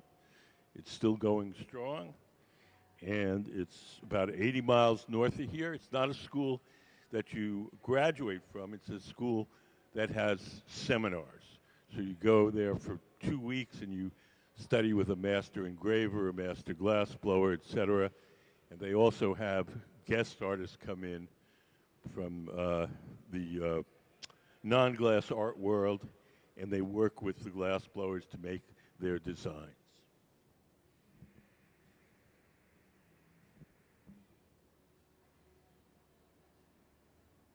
So See ya. Take care. So in order to get our bead, we're going to do what's called stuffing a color cup. Can we put up stuffing a color cup diagram? So we're going to make two bubbles. One we're going to open up. It's going to look like a little bowl. That's called the color cup. And then we're going to drop another bubble inside. And the purpose of this is to layer the outside of the bubble with the color. So Sarah over on the left is making the bubble that's going to be the color cup. And then one of the other glass blowers will make the bubble that goes inside. So the bubble that goes inside for this will be clear, and the color cup will be black. And then we're going to melt the stripes onto the double bubble.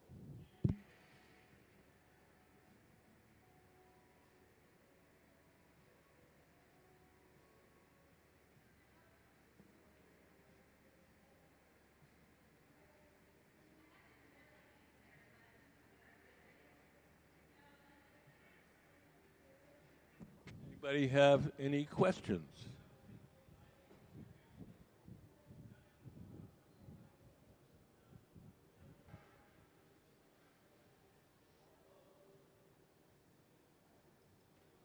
The glass itself is made out of three main ingredients.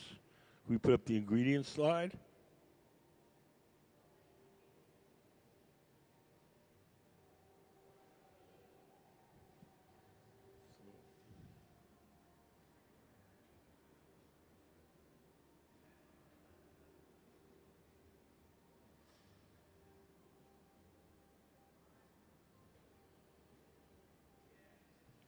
We put up the ingredient slide. Hello, hello.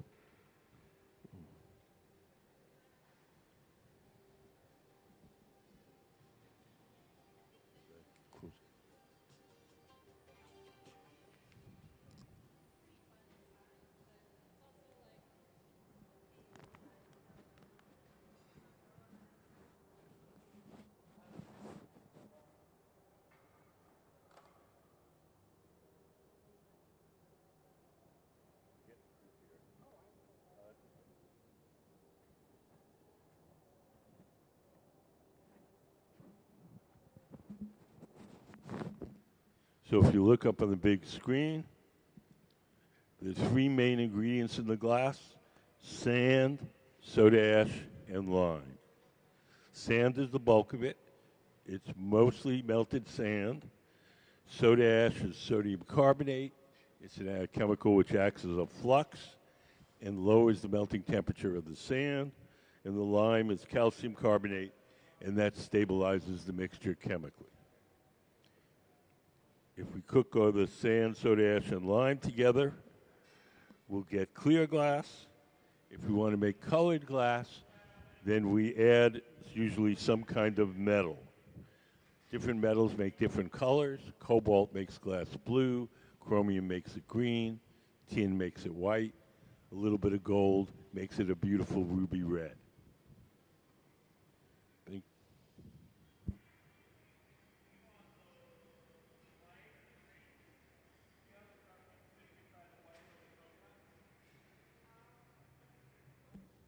Now in the center, Ben Cobb is starting a bubble of clear glass, and that's going to go inside Sarah's bubble, the color cup.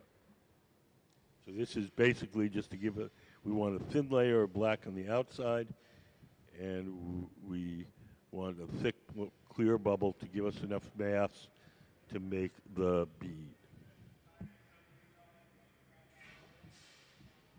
Has anyone got any questions?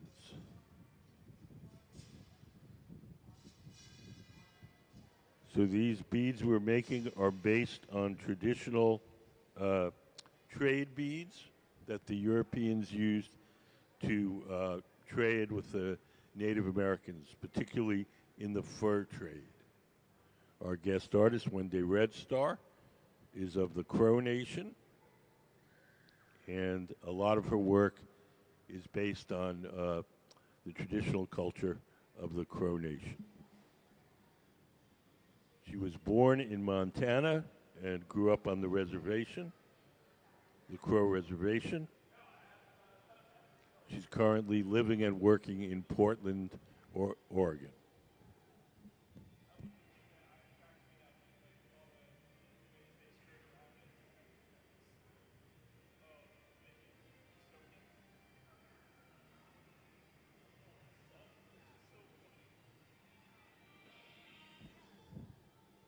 Does anybody have any questions? Yes.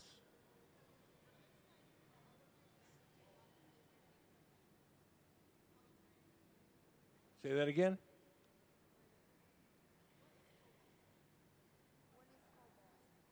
Cobalt is a metal. It's used in batteries. It's used in paints as a blue pigment. It also makes glass blue. It's a primary chemical element.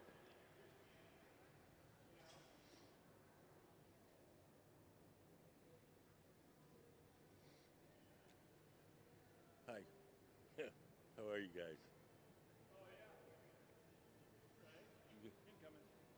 There we go. If these steel pipes get hot, which they usually do when we reach into the furnace to get the glass, this is called the pipe cooler. We just lay the pipe in the steel trough and we spray water on it. That cools it down and makes it easier to hold. Yes?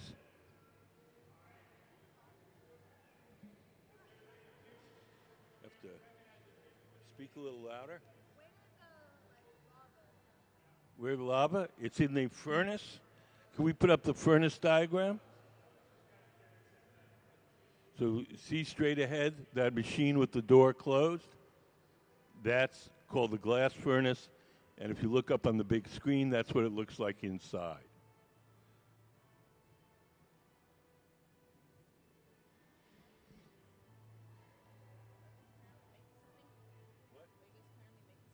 Yes, we're making these beads for organic artists. They're based on traditional trade beads that the Europeans used to trade with the Native Americans.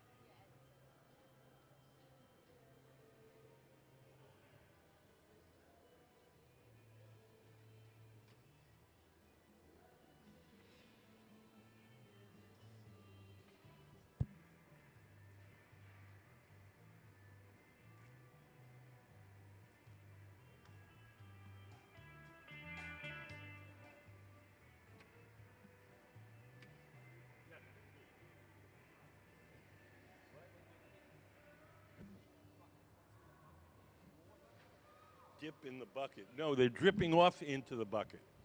They're not dipping it in. They're dripping the excess off into that steel can. White plastic bucket. That's water. But they're not dipping it in the water. Yes, the tool is made out of wood, so it's stored in a bucket of water to keep the wood wet so it doesn't burn.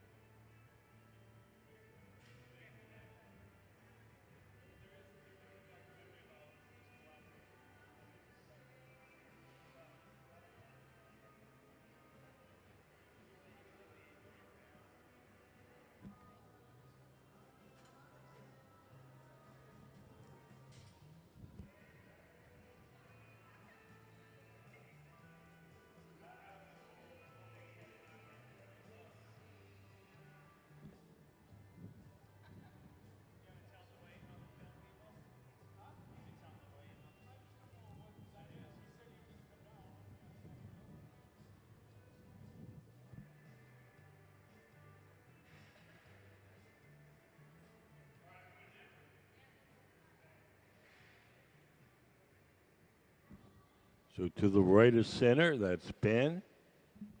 He's going to dip his bubble into our big tank of molten glass. The glass in the furnace has a consistency of honey. It's like dipping into a big jar of honey. He's going to drip some of the excess glass into that steel can, and we'll save that excess glass, and that'll eventually go back in the furnace.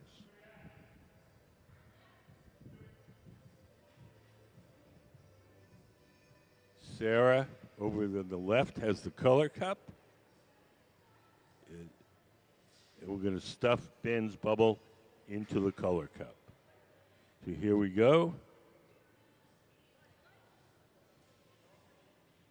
We stuff the bubble into the color cup, and that'll give us, is anybody up there?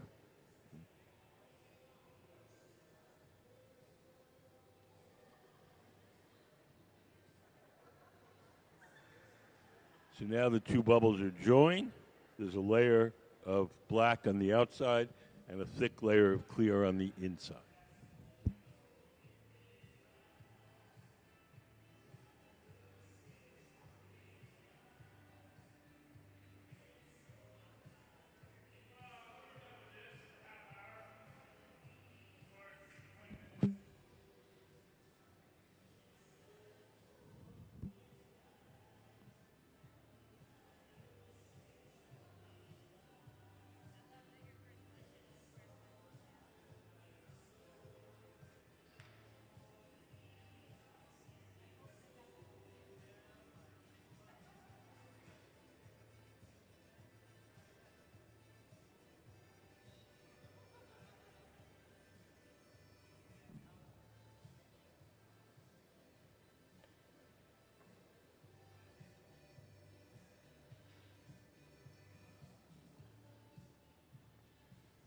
Can we put up picking up cane on a bubble? So we want a stripe design on the outside of this bead. So we're going to do what's called picking up cane on a bubble. We're going to use rods of colored glass that we made earlier in the day. These are called cane. We're going to melt them into the surface, and each of the rods will become a stripe in the final piece.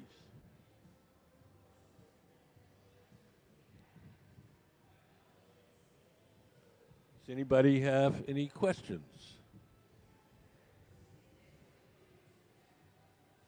Yes.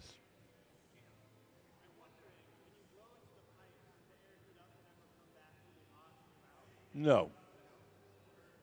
No, when the air, when you blow into the pipe, the air on the end you're blowing isn't even warm.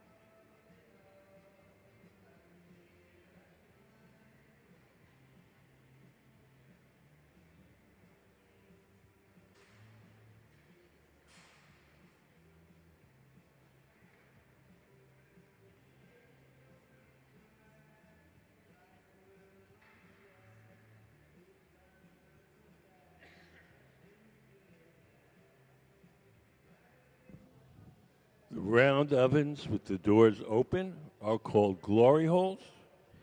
They have no glass in them. They're just a hot chamber for heating and softening the glass while we're working. Each time we pull the glass out of the oven, it only stays soft for a little while. So we do whatever shaping or blowing we can while it's hot and soft.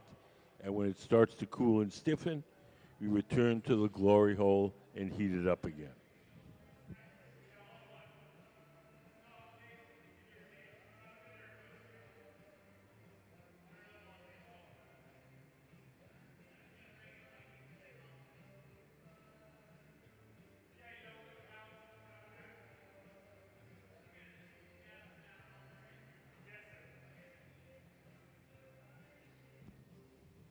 The gray pad in Ben's hand that he's shaping the glass with is just folded up ordinary newspaper soaked in water.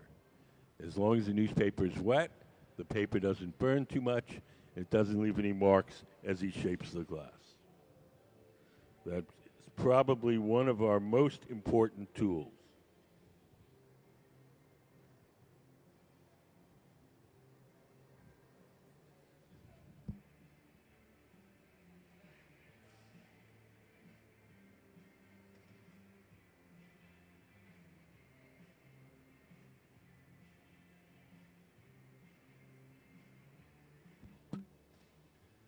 We want to put a pattern of stripes on this bubble. So we're going to lay out a bunch of rods of colored glass on a metal plate. We'll roll the glass over the metal, the cane, the rods of colored glass. They'll stick to the surface of the bubble, and then we'll melt them in, and each rod will become one of the stripes.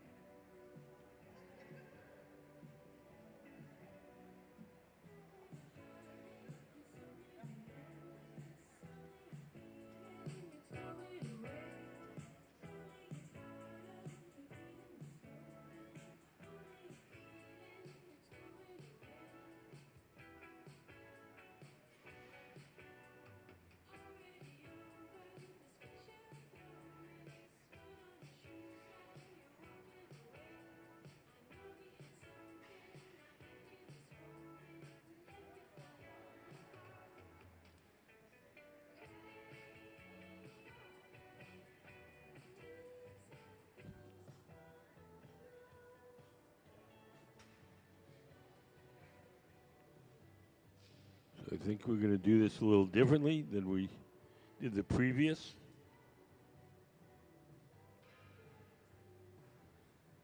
Oh. So forget the cane stuff. You've changed up on me.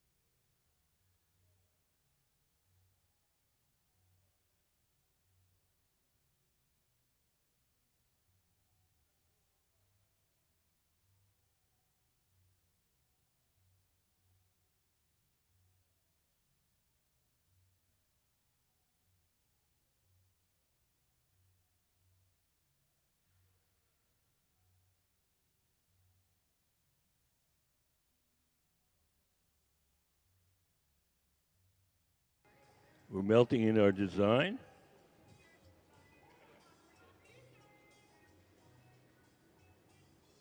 We want the design to twist. So as he rolls it over that metal table, he lets the glass drag a little bit against the metal table, and that's causing the design to twist. Anybody got any questions?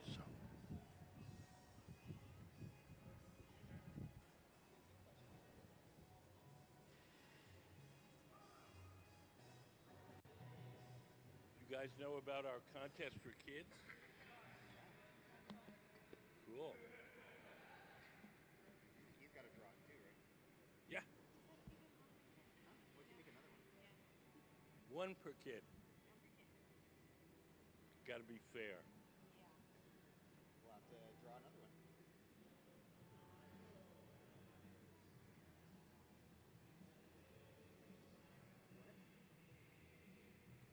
Secret. We may have to draw another one because he left it in the car.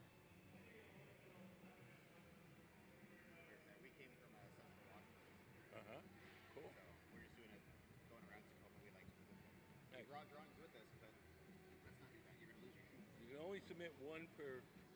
Yeah. We just he brought a drawing and then he brought a drawing. He left it in the car. So Oh, I see. Okay. So we'll have to draw another drawing. So. That's okay. There's a table out in the lobby with drawing materials and entry. Yeah. There you go. Okay.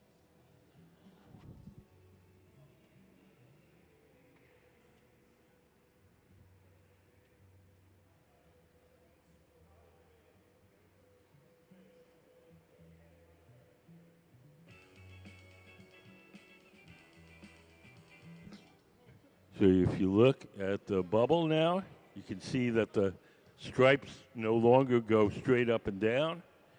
We're twisting them, and so they almost go horizontal.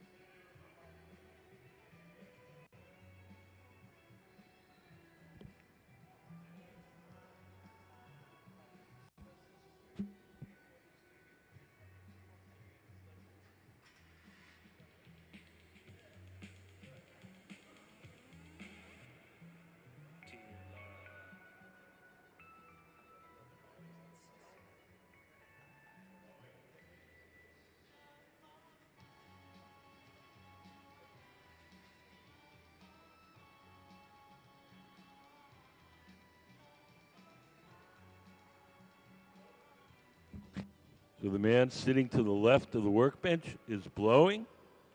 He's inflating the bubble as the man sitting at the workbench shapes it.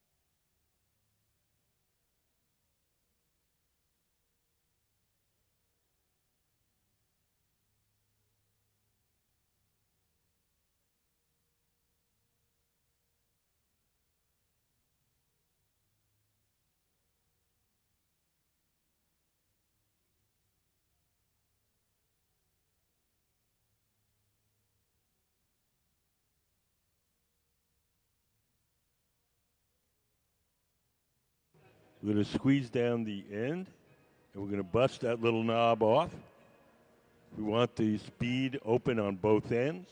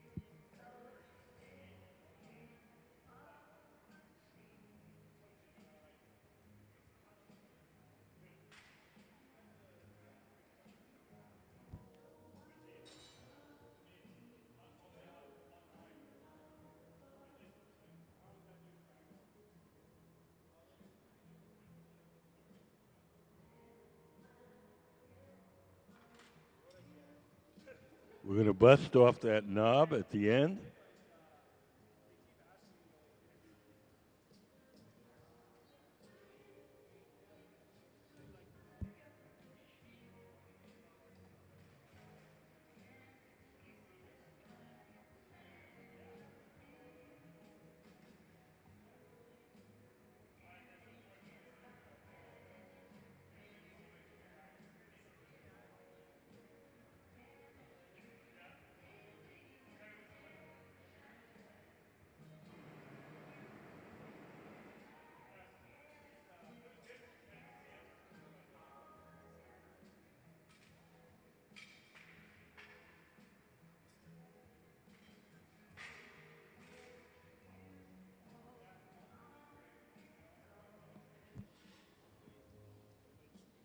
We want these beads to be open on both ends.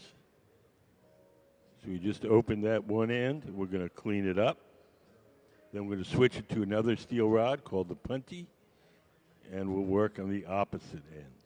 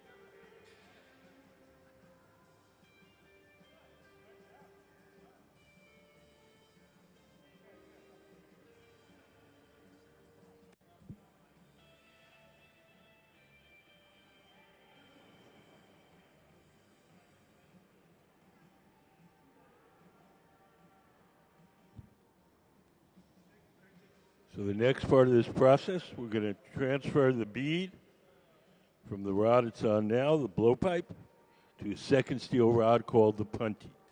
The second steel rod will hold it from the open end and will be able to work the end that's now still connected to the pipe. Does anybody have any questions?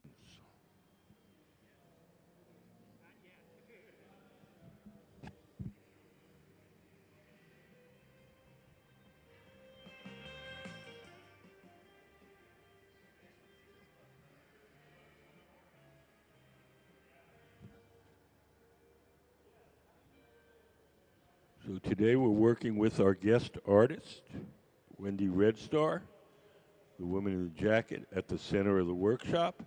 So everything we're making is her design, but it's being executed by our resident team of glassblowers. We often invite artists from outside of the glass world to work in our shop.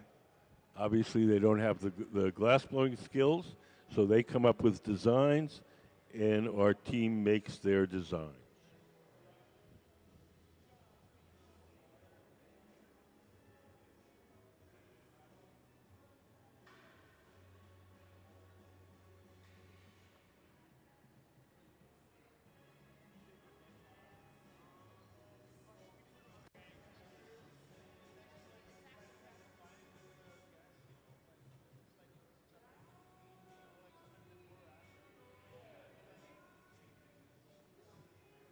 Gabe in the black hat is coming over to the punty, the second steel rod. We're going to attach it to the open end. This is only temporary. This is not part of the piece. It's just there temporarily to hold the piece from that outer end while we work on the end attached to the pipe.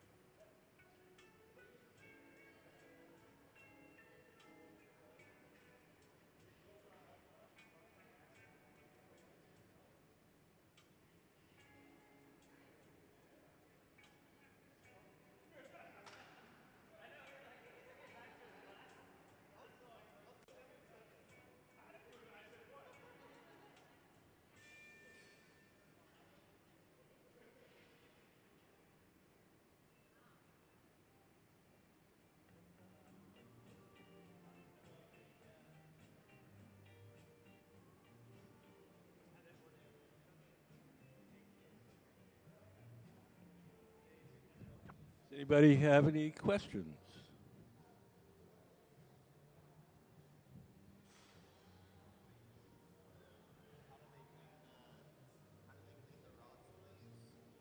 They clean themselves automatically.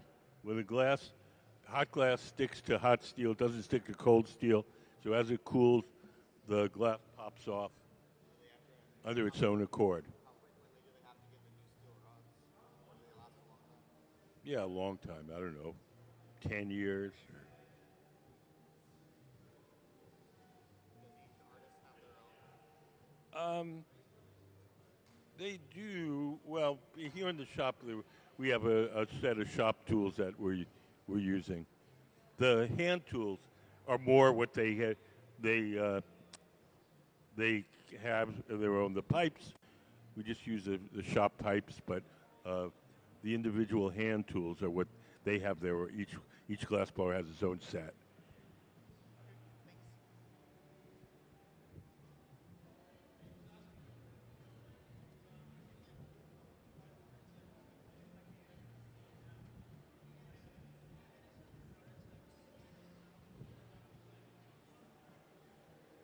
So everything that we make here has to be cooled slowly or it'll break.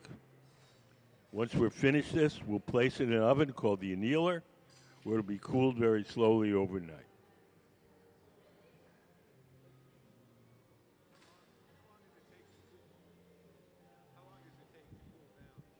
Well, I mean, there's two answers to that question.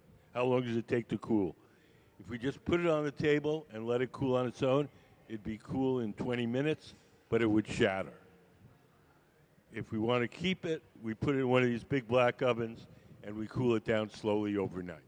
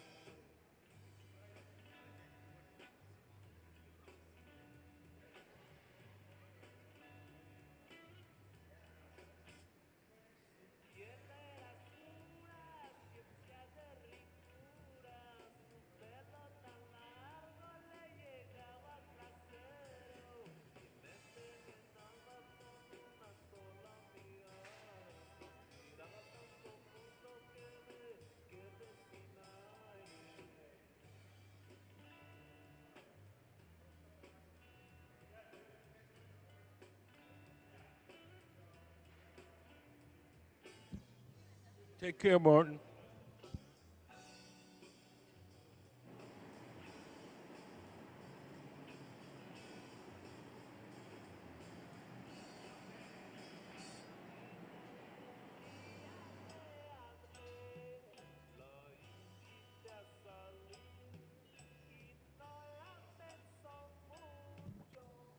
So we want to have a little more matte, crusty surface for this. So we're going to take it around the corner to our powder booth. We're going to sift powdered colored glass onto the surface, just not enough to obscure the design, but to give it a kind of matte, crusty exterior. Can we put on the powder booth camera?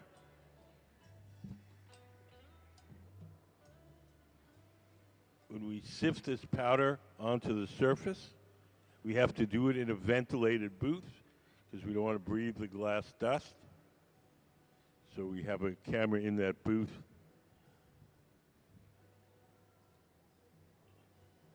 We'll come back out once it's powdered, and we'll melt that powdered on so it sticks.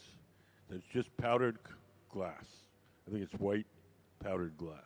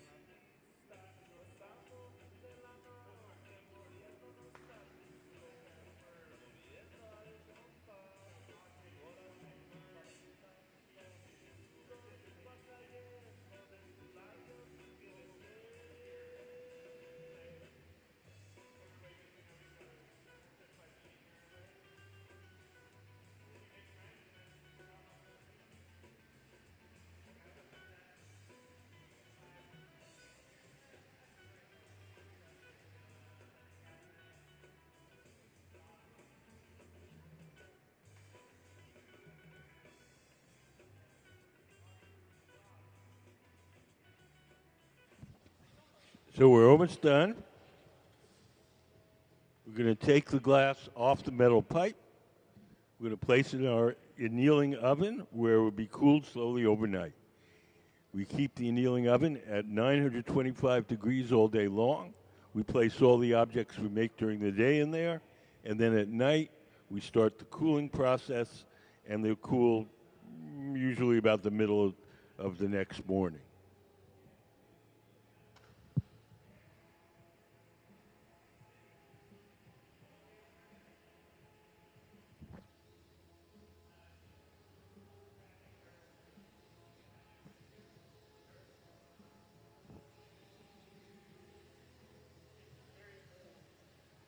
When we take that glass off the metal rod, it'll be cooled down to the point where it's hard. It'll be approximately about 1,000 degrees. At that temperature, the glass will be hard like at room temperature, so it'll no longer change shape. And we'll cool it overnight, and it'll be ready tomorrow. In order to get the glass off the metal pipe, we'll use water. We'll take a pair of tweezers, dip them in water. We'll drip a little water on the joint between the bead and the metal rod. The water will crack that joint, and then just a light tap will release it. You can see one of the glass blowers has put on some protective clothing.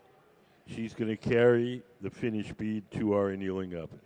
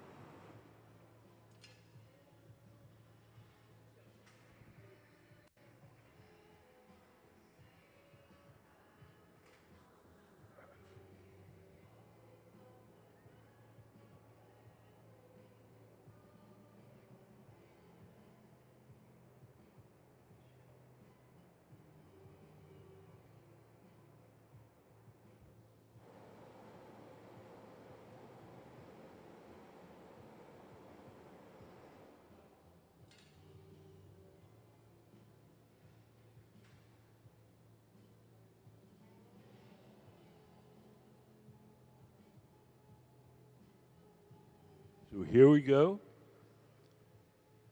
We drip some water on the joint between the metal rod and the bead itself. The water will crack that joint. A little tap releases it.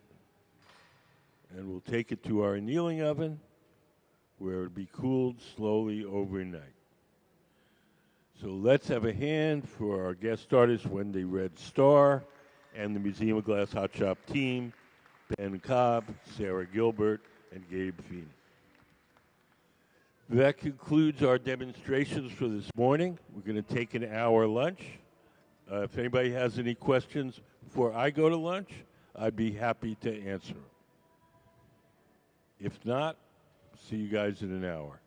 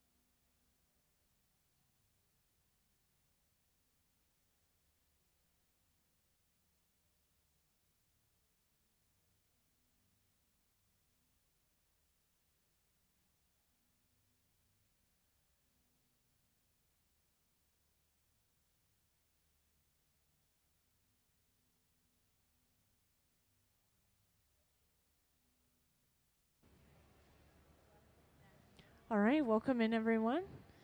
Yeah, welcome into the hot shop. I want to point out before I get started too far along that we have closed captioning on the screen. I know it'll probably be a little bit echoey, hard to hear me at certain points with all the equipment, so that should help out a little bit. And I want to give an introduction as to who we have here and what we'll have going on. So today we do have a visiting artist. Her name is Wendy Redstar, and she's up in the front right here talking to Ben. And these are all pieces that have been made very recently throughout the front. Wendy just did a residency over at Pilchuck Glass School, which is 2 hours north of us. And she made all of these pieces on this front table right here. And as you could tell, these are oversized glass beads. Glass beads are usually made using a table-mounted torch in these rods of colored glass. You just kind of heat up the end of and wrap it around a metal mandrel or a rod to create that hole within the bead. But instead, we're actually blowing a small bubble and we're layering all of these different colors to create these beads. It's a really interesting and cool process. I've never seen anything like it personally. And yeah, Wendy is focusing on this work and is interested in this work based off of early trade beads used by explorers in exchanges with native people. And Wendy Redstar is visiting from Portland, Oregon. She's been over here for a little bit over at Pilchuck once again, but then came down to continue this series of work here. And everyone else you see on the floor is supporting our visiting artist in creating these designs that she's brought forward. A lot of them work full-time at the Museum of Glass as our resident hot shop team, and they have between about 20 and 30 years of experience blowing glass. So they make everything look really easy, but trust me, it's not. Now, I do want to give a little overview of the hot shop as well. So starting in the back here, this tank with the closed door, this is where we get all of the clear molten glass. So we start all of our projects inside of that tank. And just to give you an idea of what that tank looks like, it's a giant ceramic crucible filled with about 1,000 pounds of clear molten glass at 2,100 degrees Fahrenheit. And the texture of that glass is a lot like honey. So we just stick our pipe inside and turn, and it gathers up a ball on the end. Now at this point, we have gotten a little bit of clear glass on the end of our pipe, and then we picked up a piece of colored glass that we're melting down right now. And this color, we get shipped in, we do not make it, but it's different metals, minerals, and oxides mixed into the glass to get these various colors. And luckily we do have a ton of examples right here. All of these long bars or rods of color, this is called color bar. And yeah, once again, this is coming from all of those different materials mixed into the original clear glass mixture.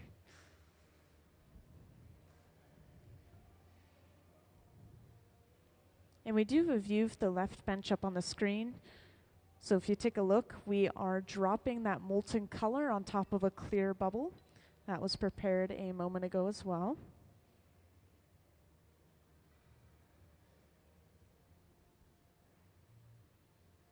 The purpose of doing this is to create an even layer of color across the piece entirely. So, for example, these black beads, they have a layer of black across the surface.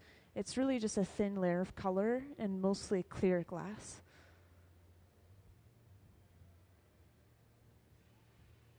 And of course, if anyone has any questions, I know some people are kind of joining in here and there, feel free to grab my attention, just raise your hand and let me know. It could be questions about the visiting artists or about just the glass or the hot shop in general.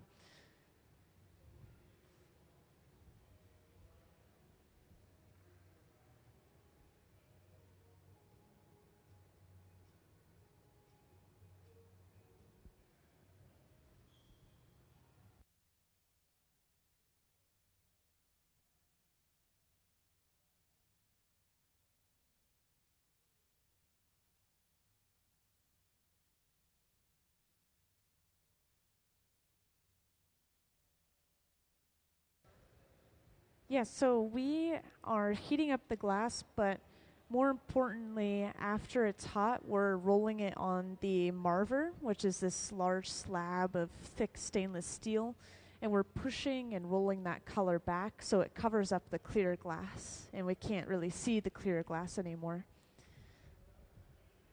Yeah, and exactly. We're going to blow into this even more later on.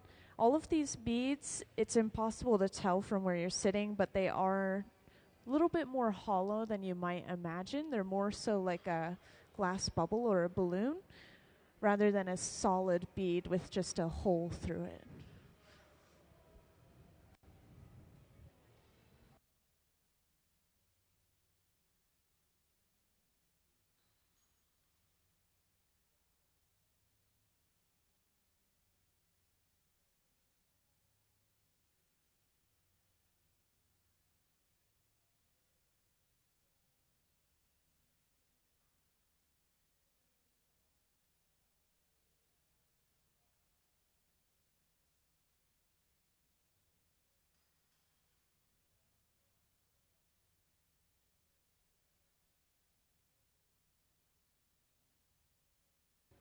Well, thank you for asking about myself. So I actually just got a question about my experience with glass as well. So I'll share how I learned about glass because it's a great opportunity for other people to possibly learn about glass as well. So there's a program out here called Hilltop Artists, which is on my t-shirt actually.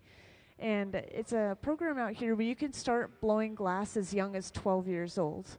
And so I started at 15, and they have after school clubs, they have electives, they have summer programs. Those are going right now. And yeah, there's just so many ways to get involved in it. And yeah, it's completely free. So I definitely recommend people look into it. And if your kids are under 12, you could participate in the Kids Design Glass program here at the Museum of Glass. So there's always kind of something for youth to do to get into glass art. And yeah, I've been working with glass for about 7 to 8 years now. Yeah, I love it.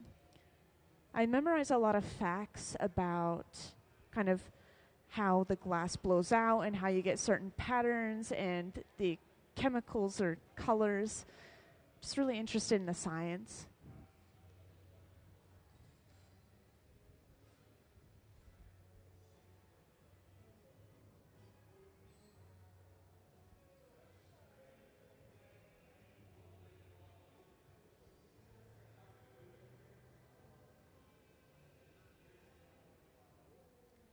So there are a decent amount of glass artists that have gotten degrees in fine art.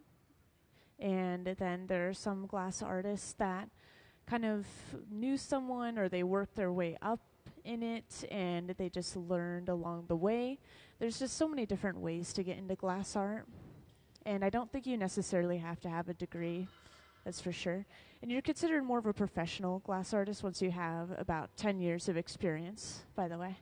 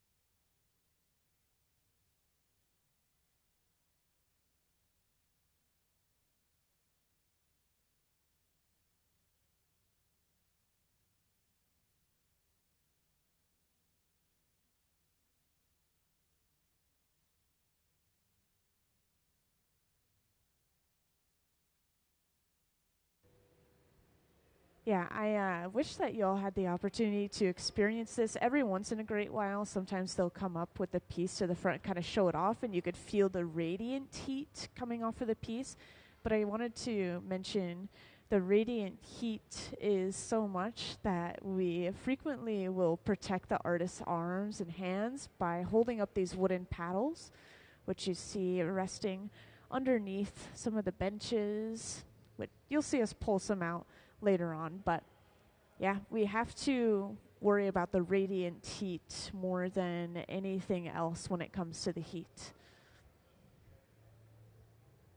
And we finally started to blow this bubble out on the screen. We're using some tools that I wanted to point out. That pad we were using just a second ago, believe it or not, is actually just folded up newspaper that has been splashed or soaked with water. That's all that material is, and that's as close as we get to using our hands to shape the glass. And now we are using the jacks, these two metal blades we use to carve a divot off of the end of the pipe. And later on, that becomes our breaking point. So once we're ready to take the piece off, we just break it off from that line.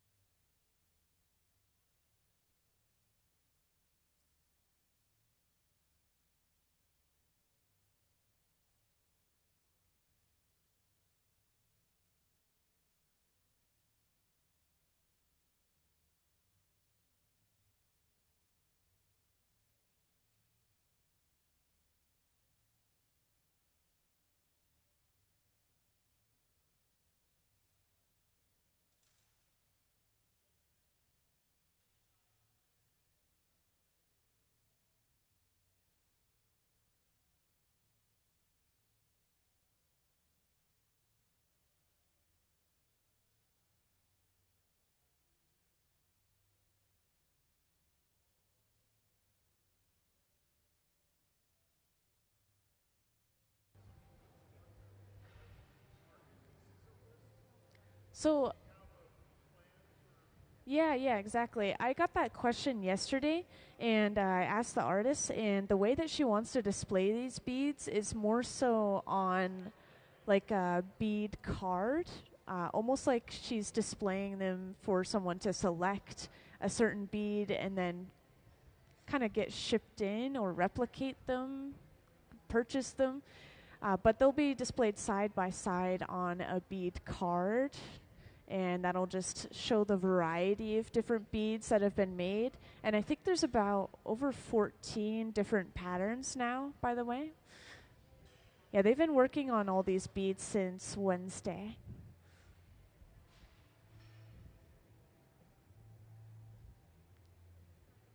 Yeah, bead. B-E-A-D. Yeah, we also have closed captioning on the screen, so hopefully it's catching the word bead properly, but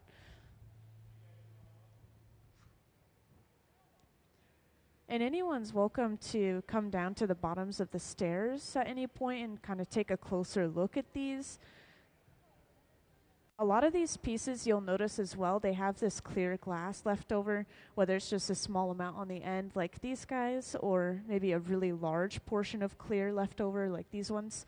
All of this will eventually be cold worked off of the piece, which means they'll kind of cut, grind, polish that excess glass off. So there's even more of a process than you might imagine. Once we finish in the hot shop, it's not done yet.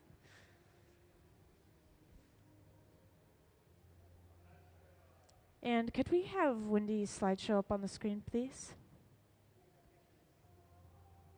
Thank you. So I wanted to make sure People in the back have a chance to see some of these beads that are on the table, as well as some previous works of our visiting artists, which, once again, we have Wendy Red Star down here on the hot shop floor.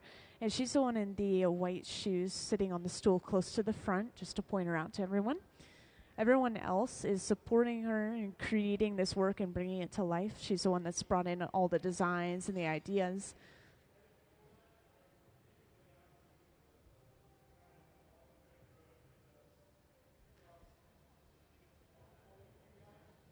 The best way I've heard to describe a visiting artist is they're kind of the conductor, conducting everyone's movements.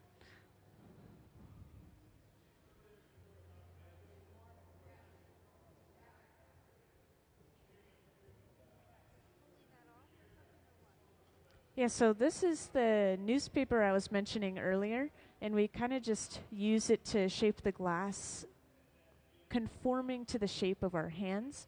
It's as close as we could get to using our hands to shape the glass, really. And the water is just to prevent the paper from burning.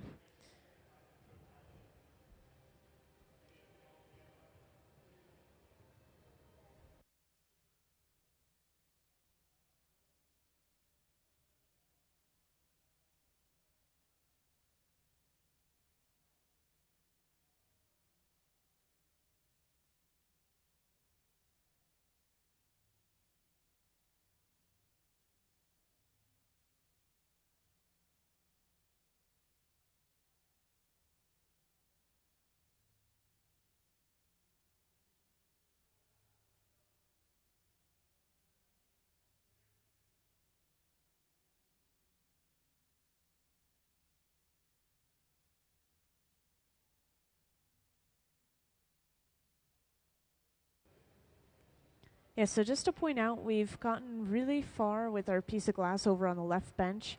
We have attached a pipe to the end of the bubble. We broke it off of its original pipe that bubble was blown on, and that allowed us to open that up into a cup shape. So now we have finished that shape overall. We'll probably break it off and set it upright in that heated ring that was just placed on the floor. And I hope we have a decent view of this. So this is a really fun process to watch. What they're going to do is they're going to stuff this cup with even more glass.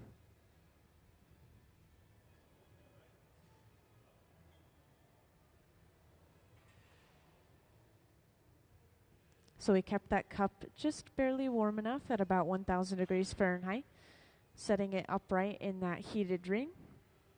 And then we'll immediately come over with some pretty hot glass and stuff it inside of the cup to pick it up. And this is just solid clear, by the way. This does not have a bubble in it yet. It's not hollow.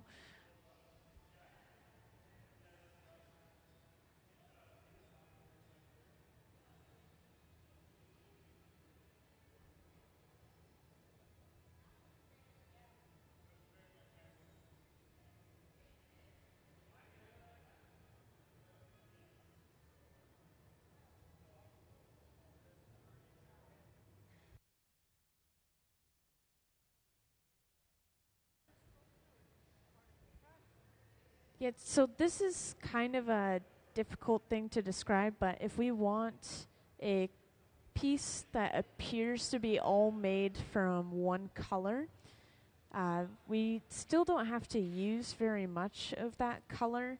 And so in this case, we just have the color on the very outside because of that cup, but it's all mostly just clear glass on the inside. Color is very expensive. It's very richly colored. Now, I am not entirely sure. This is completely solid glass through and through, and all of these beads so far have been blown, so this could be turned into a component. It could just be stretched out into a rod of color, kind of like these right here. If you take a look at these, this is called cane, and we pulled a bunch of this earlier across these wooden ladders. Basically just these rods of colored glass. It's solid color in the center, a little bit of clear on the outside. And we can use this to get striping in our piece of glass. which you can see in all of these guys right here. And we made those yesterday.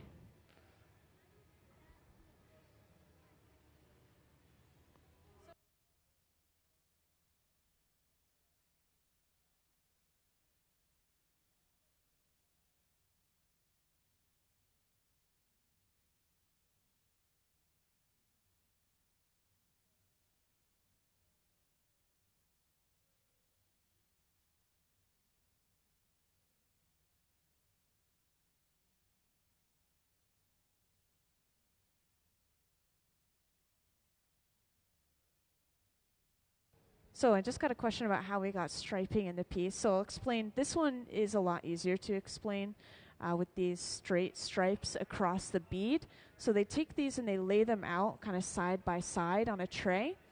And then they take their bubble of glass and they roll it over top of those lines to pick them up all the way around on the outside of the bubble. And that leaves us with stick straight lines.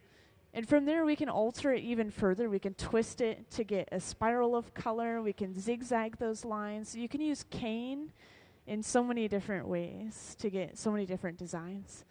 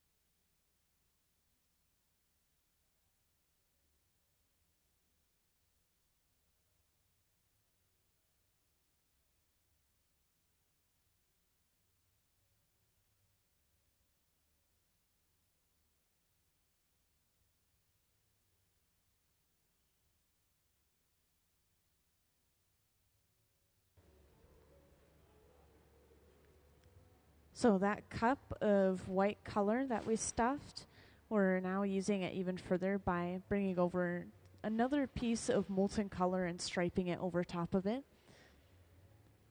So this is all just a little bit of detail work. This is probably the same techniques as to how they got the ribboning for these particular beads in the front.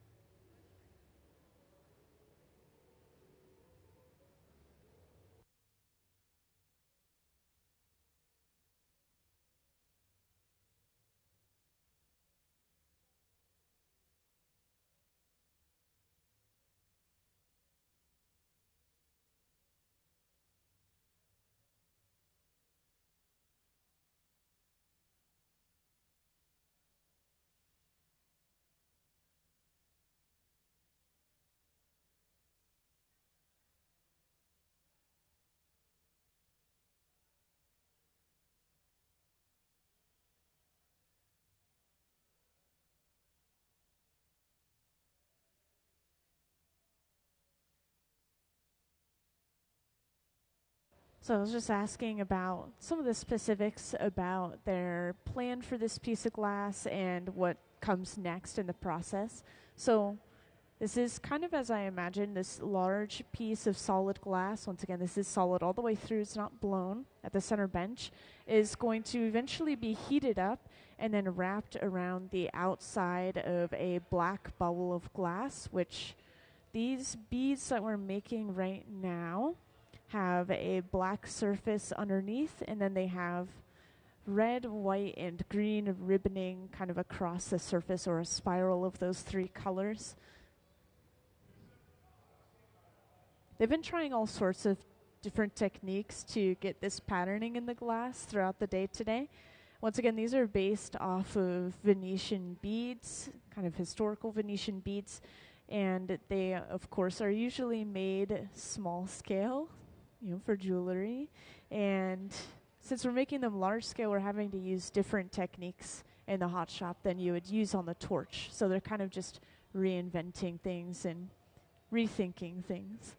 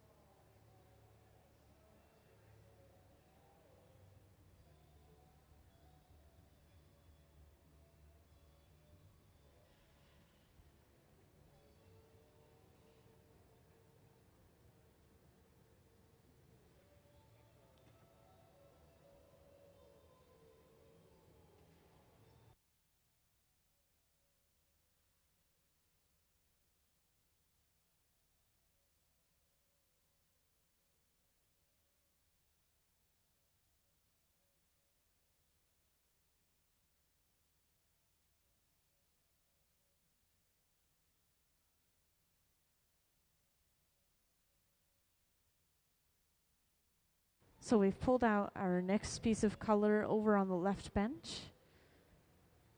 Once again, they all start looking like these large bars of color, and we melt them down, and we'll use them in various ways. We've already used them for striping in our pieces, and then also just that solid color overall for the surface of the bead. And I believe that this color that they've pulled out is going to be just a black color that is across the surface of the bead. So we should see a little bit of blowing. Also, I know you guys have seen us use this box a couple of times at this point, so I want to point out this is the garage, that large silver box, and it sits at about 1,000 degrees Fahrenheit. We preheat pieces of glass in there from room temperature up to that 1,000 degree Fahrenheit, or we just keep glass at that temperature. But either way, this is a very happy medium temperature for glass.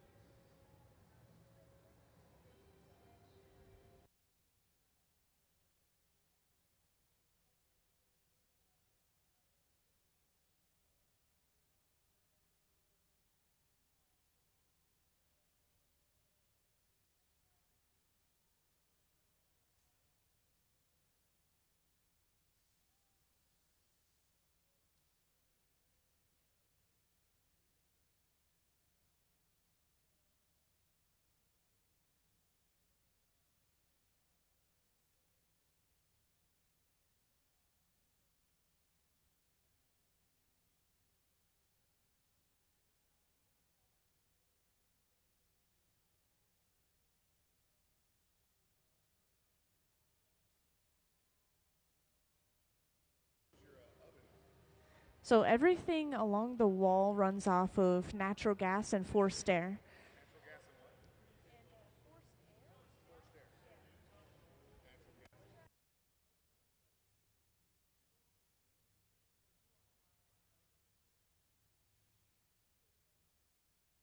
Yeah, so I'll give another little introduction in case we've had anyone else new join in. And of course, welcome to those who just joined in. So we do have a visiting artist today. Her name is Wendy Redstar, and she's up in the front in the white shoes, and she's sitting on the stool right here. And everyone else is working, just kind of supporting her and assisting her in creating these pieces that you'll see today, which are, of course, these oversized glass beads that you see throughout the hot shop. And these are based off of early trade beads used by explorers in exchange with native people. Our visiting artist herself is part of the Upsalaga tribe, or the Crow tribe, and she is from Portland, Oregon. And let's see here. I want to show off her slideshow again. So could we have that up on the screen, please? Thank you. So up on the screen, we have a slideshow going. This kind of shows off some of the previous works she's made, as well as up-close photos of some of these beads we have now, which, once again, you're welcome to take closer looks at. They're really impressive. A lot of these were made at Pilchuck, a glass school 2 hours north of us. She had a residency there and then came down here to the museum to continue working on these beads.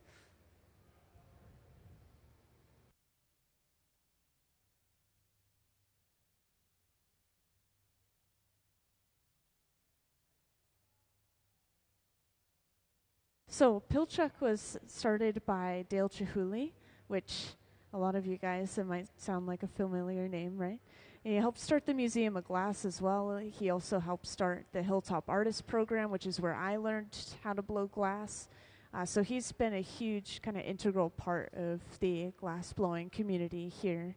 And he also grew up in Tacoma. But yeah, Pilchuck started a long time ago. I'm not sure about the exact years, but I know that people started working there before the museum even opened.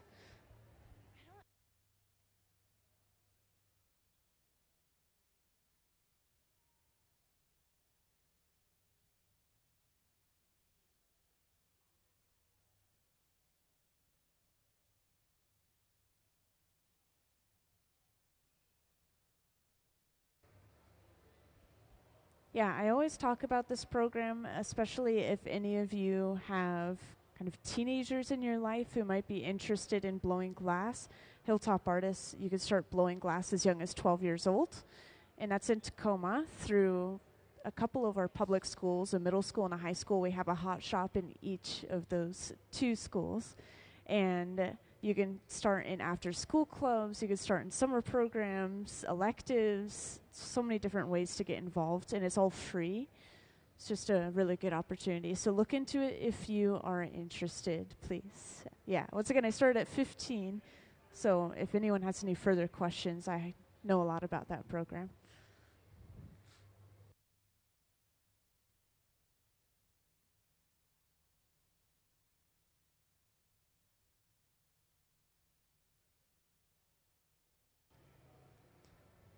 So this piece of glass that we've gotten started on as you guys joined in is going to have 2 more major components. We're going to have a sort of ribbon that will be wrapping around the outside of the glass, but the overall bead is going to have a black surface. And the ribbon is going to be red, white, and green, by the way. We've already created the ribbon. We set it aside in the garage, which I pointed out just keeps the glass warm, this large silver box right here.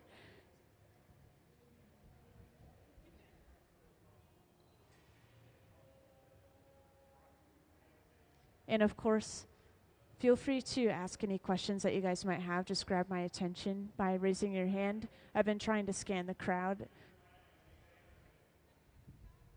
You know, surprisingly, not very frequently. If there's a really big piece of glass that we're working on and we're forced to be really close to it, like if we're sculpting, for example, then we will wear gloves because of the radiant heat. But other than that, we don't have to worry too much about the heat of the glass as long as we're not touching the glass itself or the wrong end of our tools.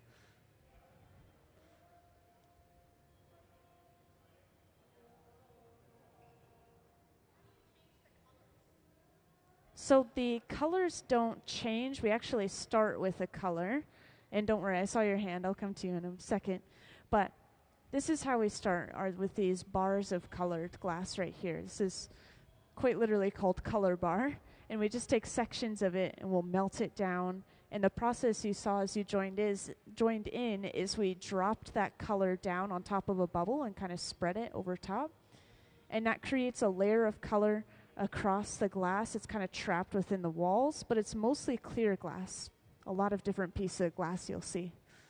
And the colors themselves, they come from different metals, minerals, and oxides mixed into the clear glass, by the way.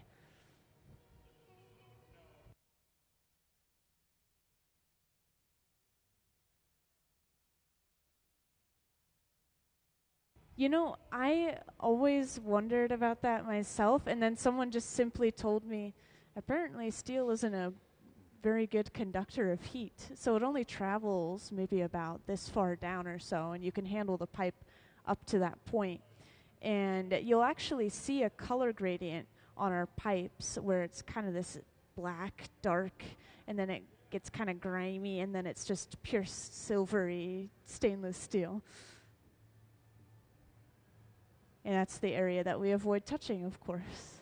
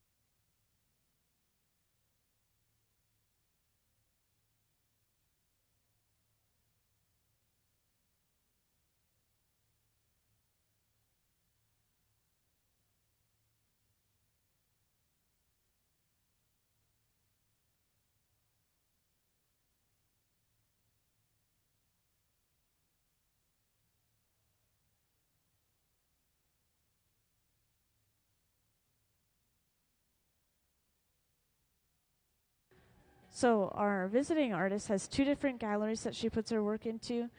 There is Robert's Projects, I believe, and then Sargent's Daughter. And Robert's is in California, and Sargent's Daughter is in New York. So she has a couple of different places you can find her work on display and for sale.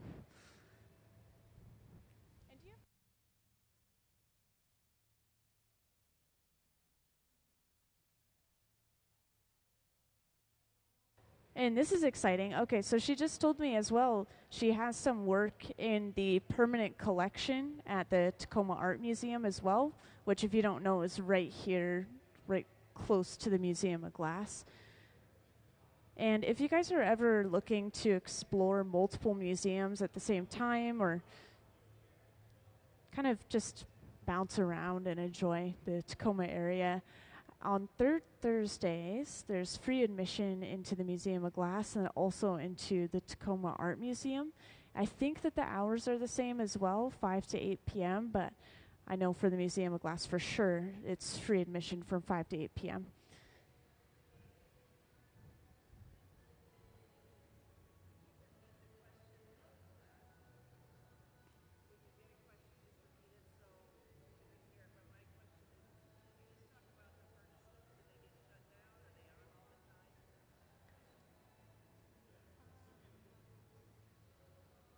So the glass furnaces, the ones that actually hold the molten material, which if anyone doesn't know are the tanks with the closed doors, kind of like the one I'm pointing at right here, those run 24/7 and they stay at just about 2100 degrees Fahrenheit. And yeah, once again, that's where we hold all of our molten clear glass. So it's filled giant ceramic crucible with basically a honey-like glass or lava-like. And then everything else, all these open face furnaces, those are between 21 and 2300 degrees Fahrenheit, so just a little bit warmer. And we do shut those off whenever we're done using them and then turn them back on maybe an hour or so before we get started. And all of it runs off of natural gas. but we do have one torch that we use that runs off of propane and oxygen. That oxygen creates a sharper, hotter flame, and we use it for sculpting very frequently. And that's actually set up right here. We'll probably use it a little bit later on.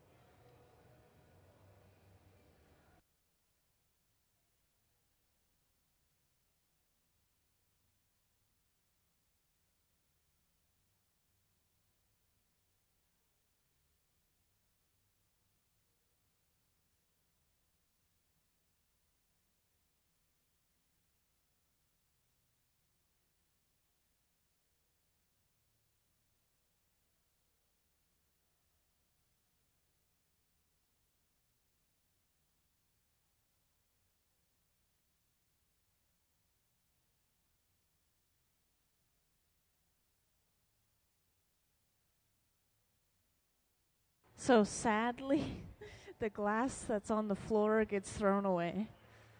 All of the glass that's on the floor, yeah, I know, just thrown away. Because the reason is because it has clear and color mixed together, so it's no longer pure in either way. So we can't really reuse it for either of those uses. But you know what is nice is this is all of the scrap that's been created throughout the day today. That's it for like a 6 to 8 hour day. And so we have very little to throw away in the end, and it is something natural that can just degrade again over time. I wish. See, that's the next question that I always expect. And we can't give any of these pieces away because they can spontaneously explode at any point in time because they have not been properly annealed. They haven't gone through the proper cooling process, which happens inside of these large boxes on our walls. So the pieces you see in this one, for example, those were made yesterday. They cooled down for probably 12 hours or maybe even a little bit longer.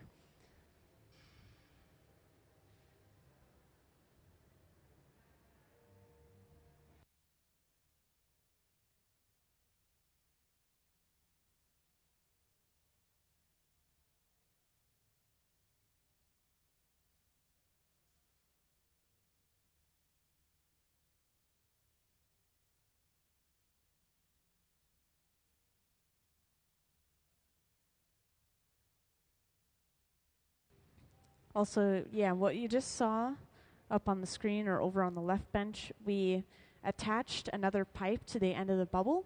We broke that bubble off from its original pipe. The idea is just to kind of flip the orientation of the piece so that we can start working on the other end.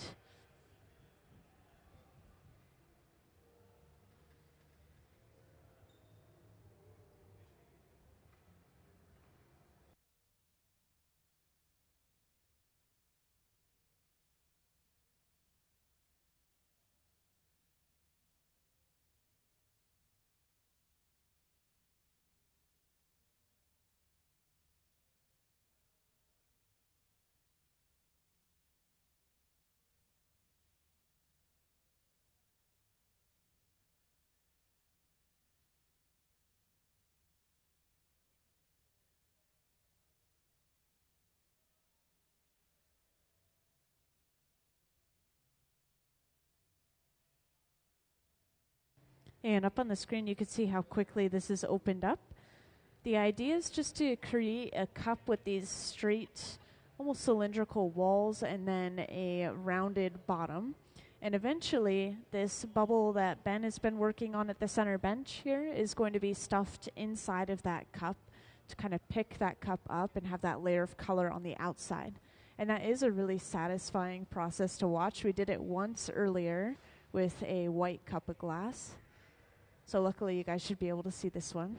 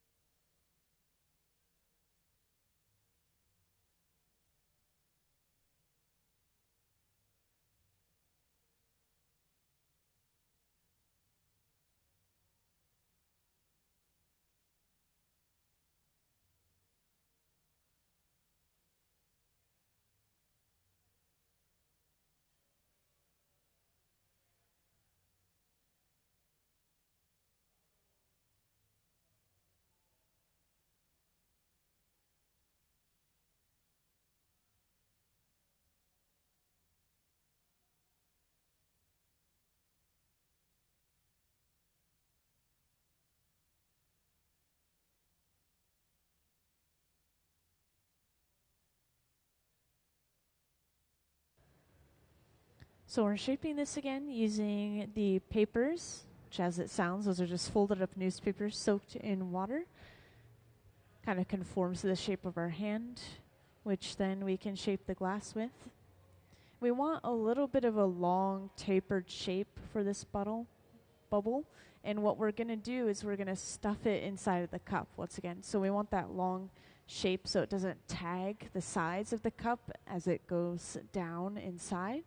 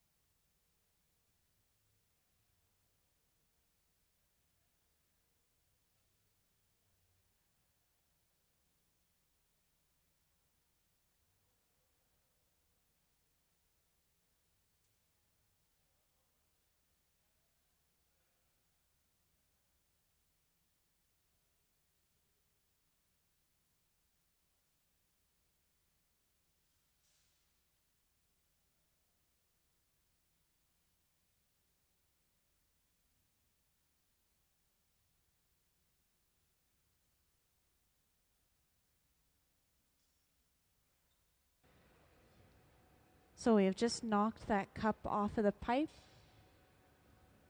And once again, what we're going to do is we're just going to quite literally just stuff this bubble of clear glass inside of the cup, picking it up on the outside. This creates a layer of color right on the surface of the piece without the entire piece being made from that color.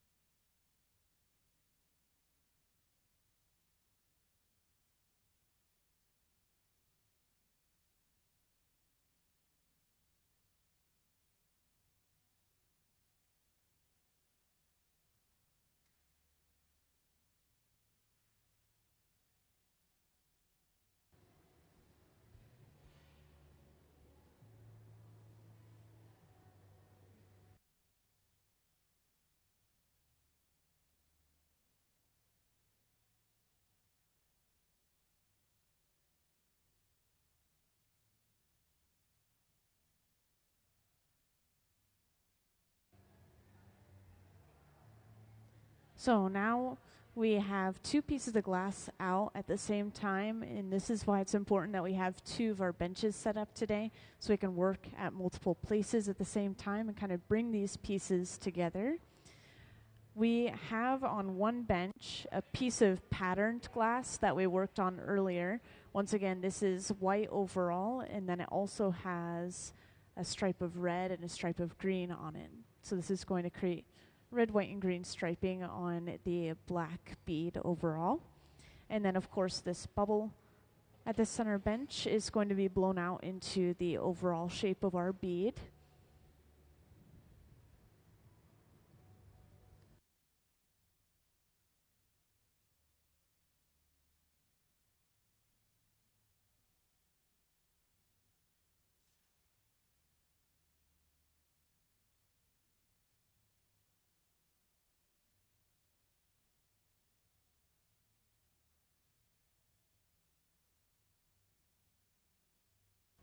Yeah, these pieces are meant to have pretty thick walls, so we're not going to be seeing a ton of blowing, and it can happen pretty quickly. But yeah, once again, the way that these pipes work, they're kind of like a straw. We just push air through, and it expands that glass like a balloon.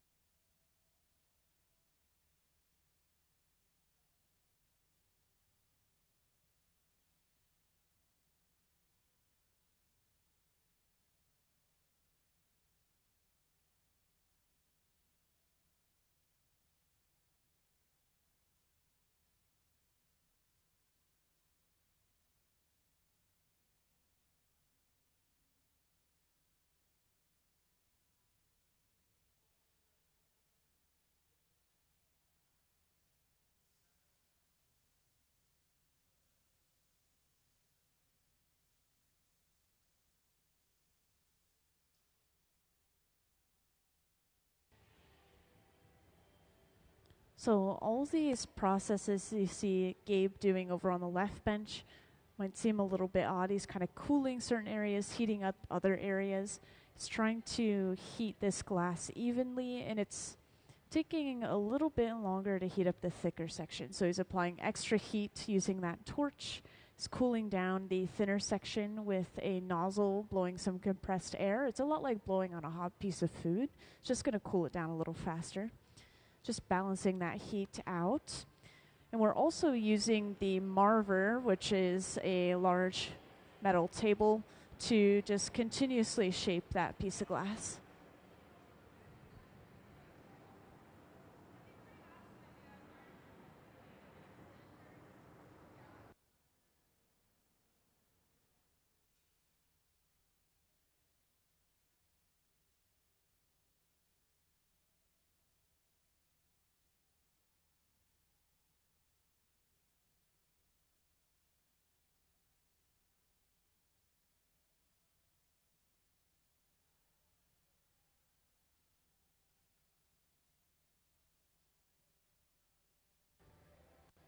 And yeah, at the center bench, we are just kind of waiting on that ribbon.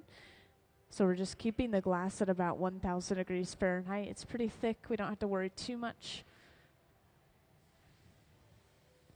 It's actually good for this bubble to be a little bit cooler so it's not moving around as much when we apply that ribbon of color.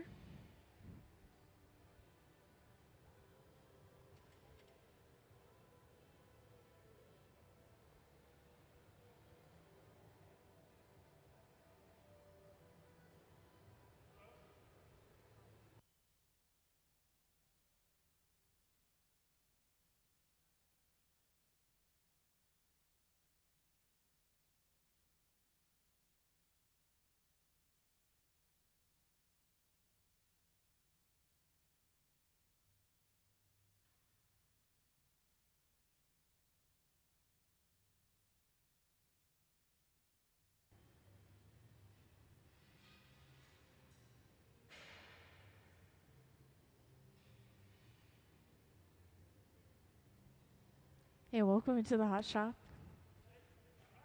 So you may have already known, but we have visiting artist Wendy Red Star, and she is the one up in the front here on the stool. They're white shoes today. And we are working on our next large-scale glass bead. Once again, this is a study of early trade beads used by explorers in exchange with native people. That is the purpose behind this project, and that's what Wendy is kind of bringing to the floor. And these are all pieces on the front table that she made before she even came here to the Museum of Glass. Over at Pilchuck, these were made. Pilchuck is a glass school about 2 hours north, if you didn't know. And yeah, these all have really interesting techniques. For example, these ones are leftover beads, which means at the end of the day, Venetian artists who made these beads originally, historically, it would take all of their leftover bits of colors and patterns and kind of roll them up on the bead. So that's kind of the story behind those specific ones. And the next one we're seeing is kind of almost like this one, honestly, except we have a twisted design on the surface. And the way that we're making this one this time, we've made it 3 different ways at this point, is we have a black bead base, which is just a black bubble so far, and we have a ribbon of color, which we see up on the screen or over on the left bench. That'll be brought over and wrapped around the outside of the bead. And I know it's hard to tell right now, but the ribbon color is white overall, and then we have a stripe of green and a stripe of red.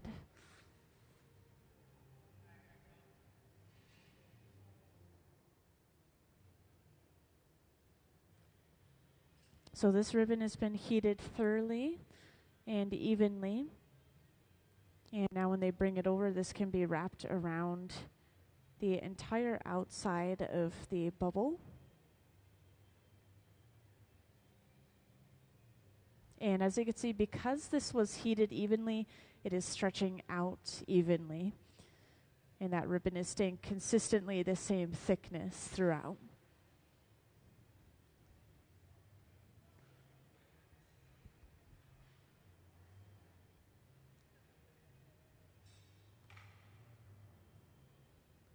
So just like that, we now have our patterning on our bubble. We have all of the different components we need, so we'll soon see the shaping take place. And these are true to what beads are. They're open-ended on either side, and they're hollow all the way through. And this is already a bubble. It's already hollow. So now we just need to open up both ends of the bubble. That's what we're going to be working on. And feel free to ask any questions that you guys might have. I know people have joined in at different times. You could ask questions about the artists or about the glass or the hot shop.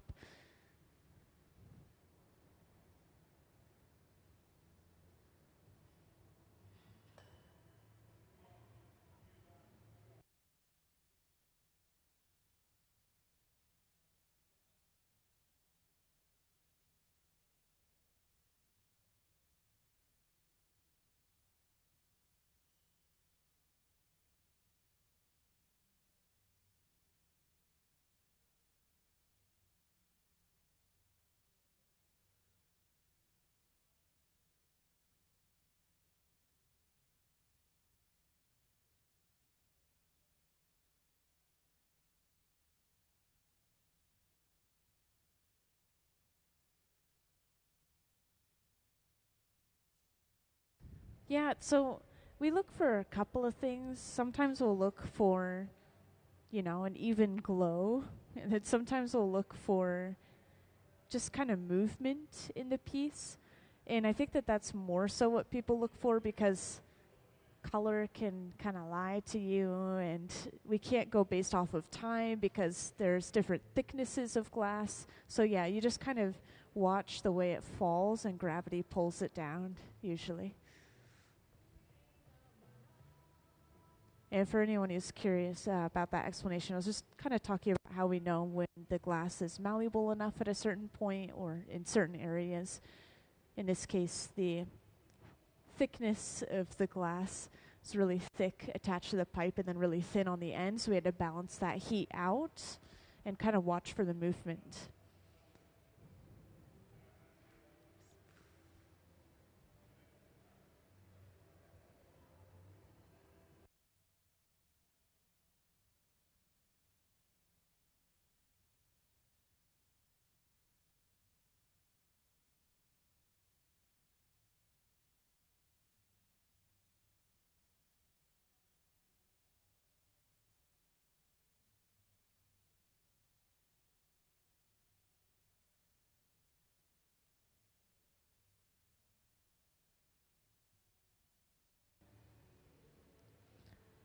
So we're heating this bubble up pretty lightly, and then we're rolling it on the marver, again, that metal table. And this is just to basically get those ridges flat again. We want this entire bubble to be smooth and even across the surface, and then we can start blowing it out and turning it into our bead.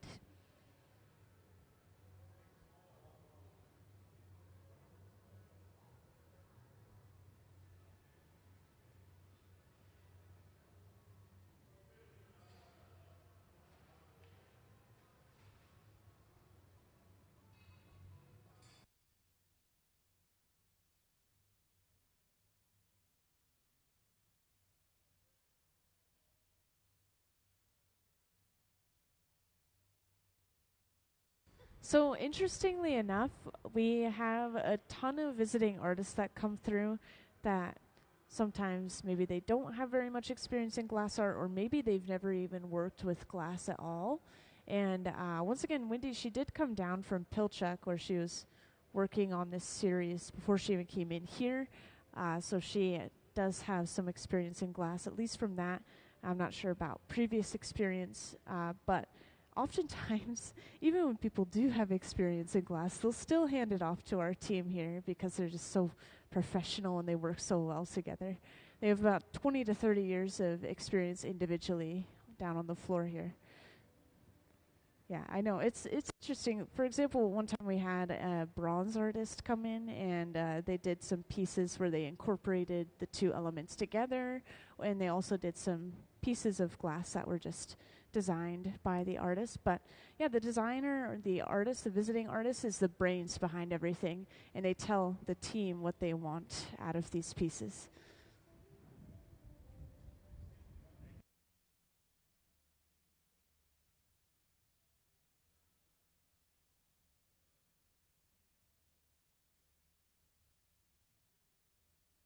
I get to blow my own glass elsewhere, and then okay, so there's a few different ways to blow glass or get started. I got started in a program called Hilltop Artists, which you might have heard me talking about earlier, and so I blow glass there. I also am a Hot Shop Heroes instructor, which is a program here for veterans and military to blow glass. So if anyone is part of that group, you can apply to this program. There's sessions where you come in once a week in the evening and you blow glass. There's beginner, intermediate, and advanced.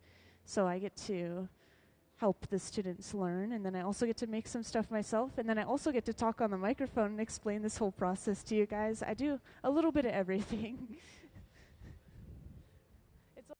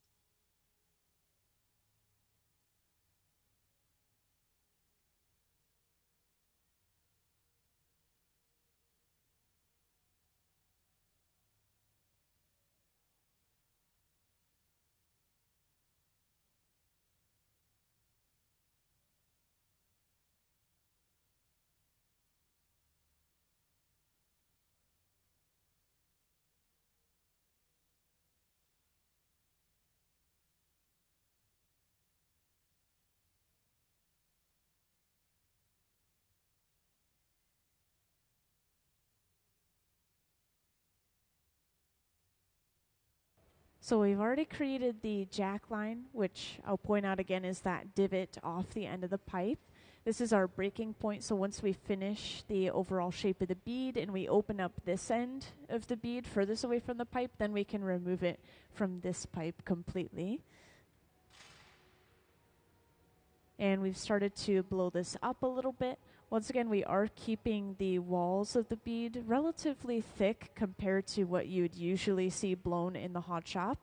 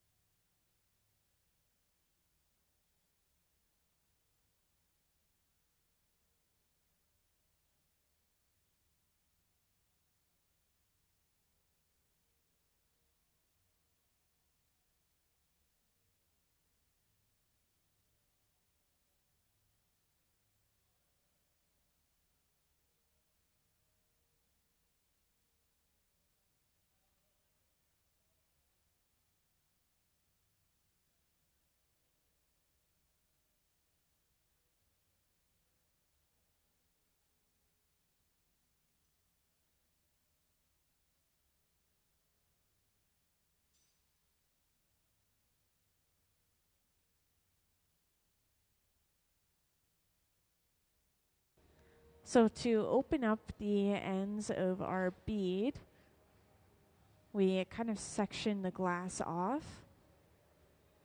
And when this line is created on the end, or kind of sectioning the bubble off like this, we're not cinching all the way down. That way air is still kind of flowing from the larger portion of the bubble into that smaller section. And then when we break that smaller section off, this reveals an opening left behind.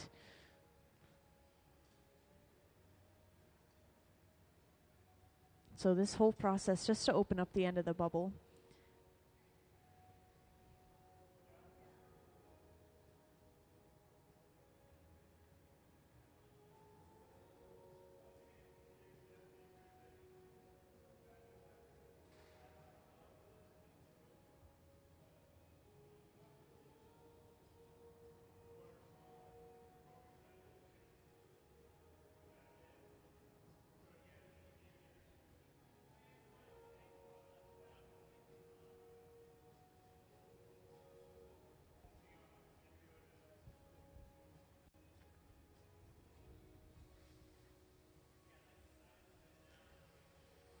And just to introduce again what we have going on for anyone that's recently joined in, we have visiting artist Wendy Red Star, and she is up in the front on the stool wearing those white shoes.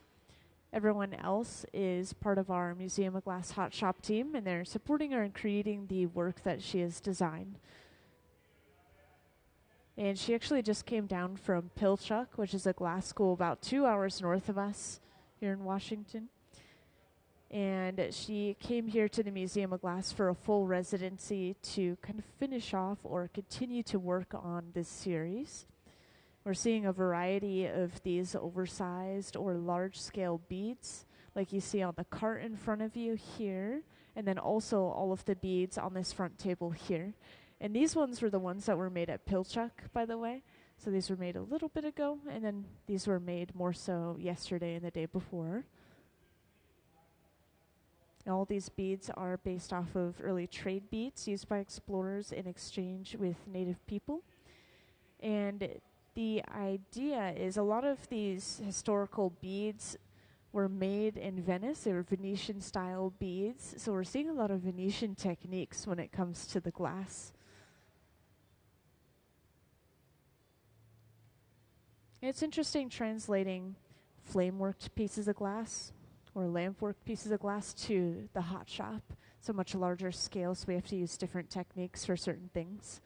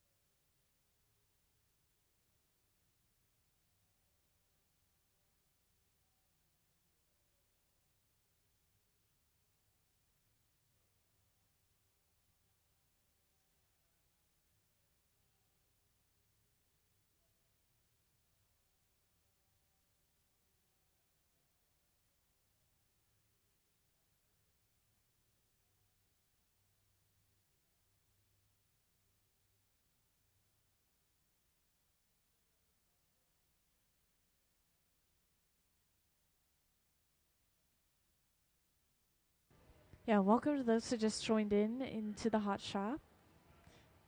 So we are working on more of these large-scale beads like you see on the front table and on the front cart here.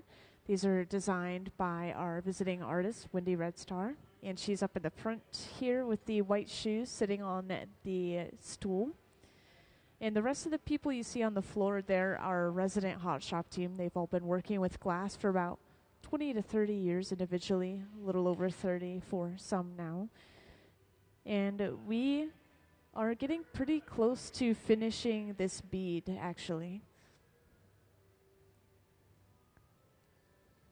Yeah, we started working on this bead at about 2:30,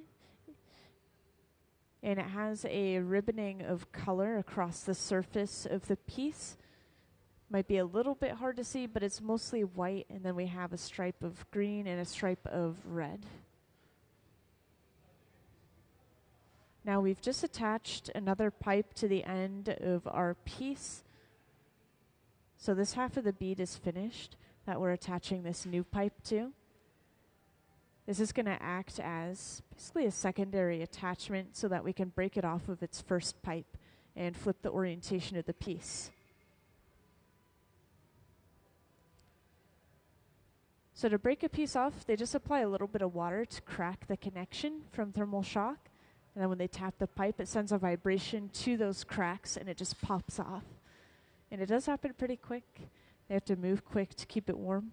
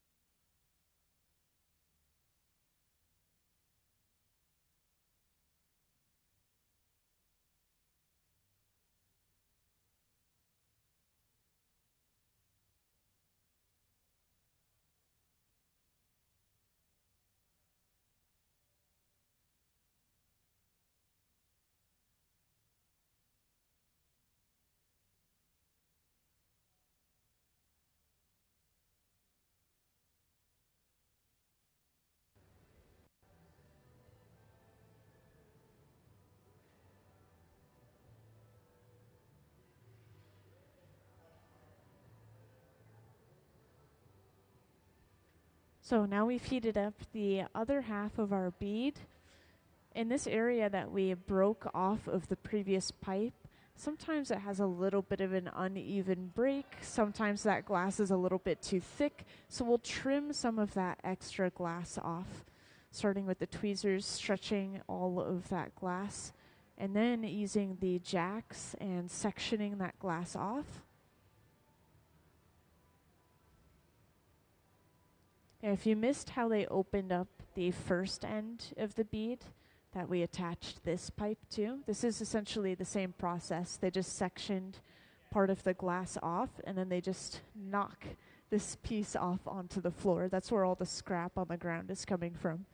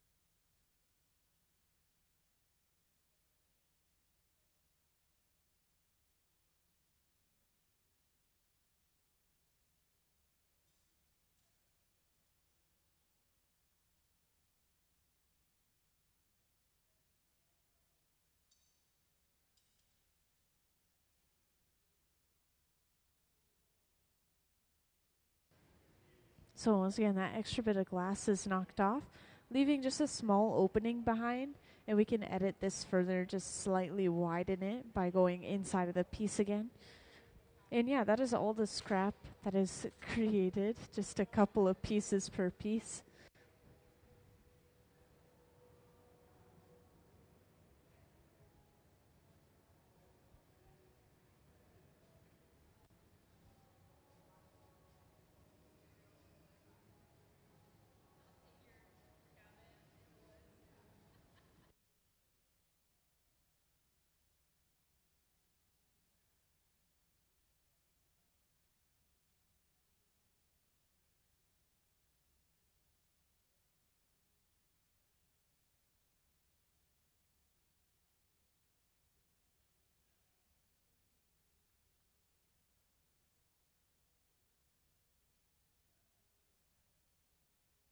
Yeah, I've got little descriptions for all of these beads. This one is, in my opinion, the trickiest. There's a lot of cold working involved.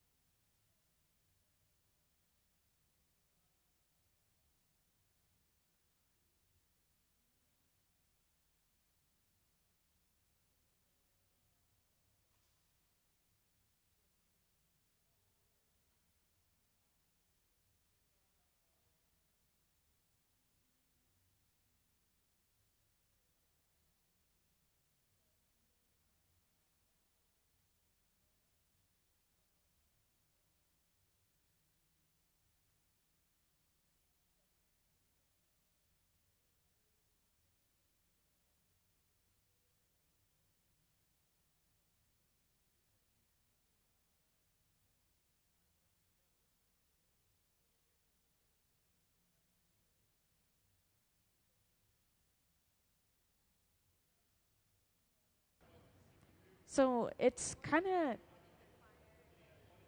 a little bit of a complex process. So from start to finish, first of all, we have these tanks with the closed doors back there. That's where we're getting all of our clear molten glass. Clear molten glass, yeah. So it's just a tank filled with a pool of molten glass inside of it in a crucible. And that is like the texture of honey. It just comes from melting sand down. Yeah.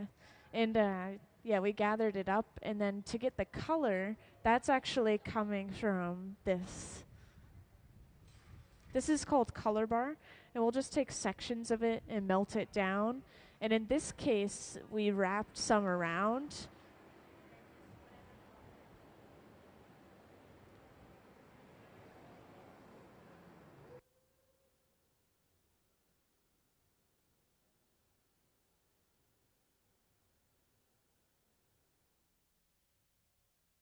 Yeah, so there's some really good examples of color bar up on the screen. It's actually images of our color room. We have an entire wall of color in there. It's really satisfying.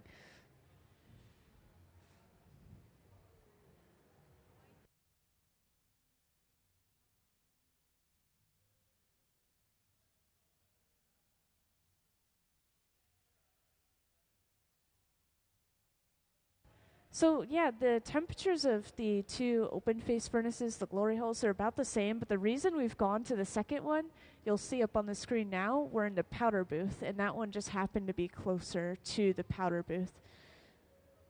But the reason we use the powder booth, we don't want to inhale any powdered glass, yet we need it for certain designs. And so we could just sift it on there inside of this well-ventilated space. And that should stick to the surface of the piece. It'll give us a little bit of a texture or a slightly different color depending on what they're looking for.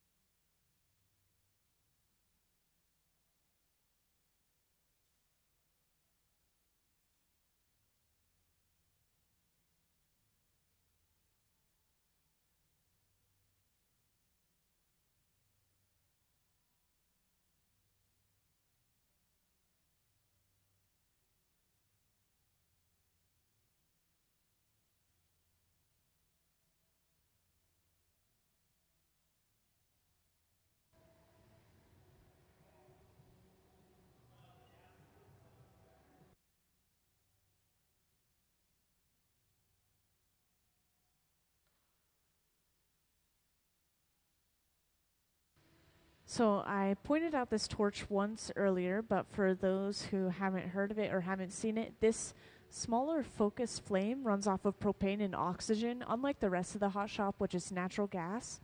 And because of that oxygen, we have a sharper focused flame, and it's much hotter.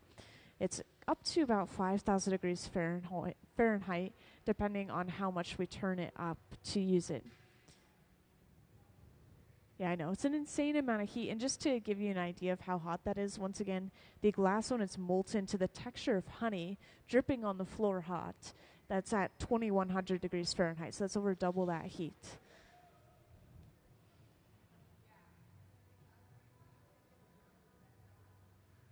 No, the torch is that hot. The bright blue flame is up at about 5,000 degrees Fahrenheit. About 21 to 2,300 degrees Fahrenheit, and those are running off of natural gas. It's just continuously pumped in, basically. Yeah, it's just really well insulated, and you can imagine it like a swirling ball of fire inside of there. That's the way I describe it. I find fun ways to describe everything, like little lightsaber, swirling ball of fire. It's very exciting to be in the hot shop.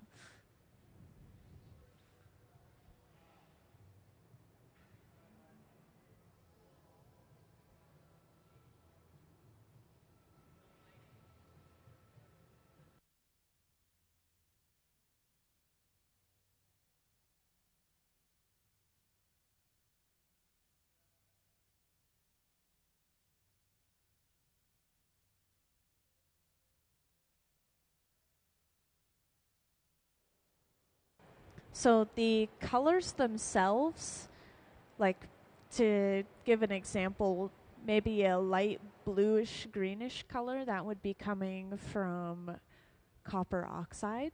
Because when copper oxidizes, it turns that sort of blue-green color, like the Statue of Liberty is a really good example of that, visual example. And a really expensive color that is really pretty is a purplish pinkish, a cranberry pink, and that is coming from gold chloride. And basically what they do is they have the glass in its raw initial form, which is the raw material. So silica, sand, soda ash, limestone, kind of a sandy mixture, and then they throw those extra materials in to get the color, kind of shake it in a big barrel, and then they melt it down into these bars and ship them out in those forms. So we don't make the color ourselves, but I'm interested enough that I looked into the process.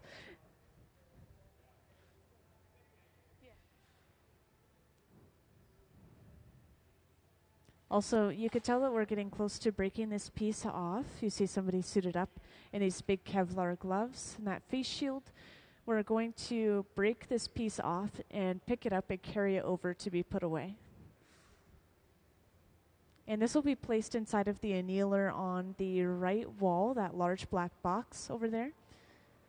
That box sits at about 900 degrees Fahrenheit all day. We just continuously load it up until we're done, and then we just press a button. Everything slowly cools at once overnight.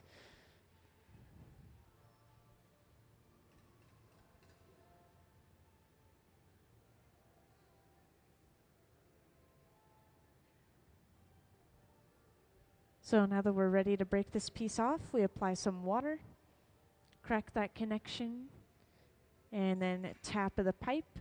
And let's give them a round of applause for finishing that bead.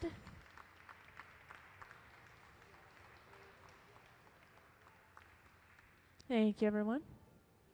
And into the annealer it goes to slowly cool down safely overnight. Once again, that entire process there, it's the longest part of the process, and it's just to prevent thermal shock. So that was the first bead we finished in the second half of the day. We started that at about 2:30. Spent a bit of time on that.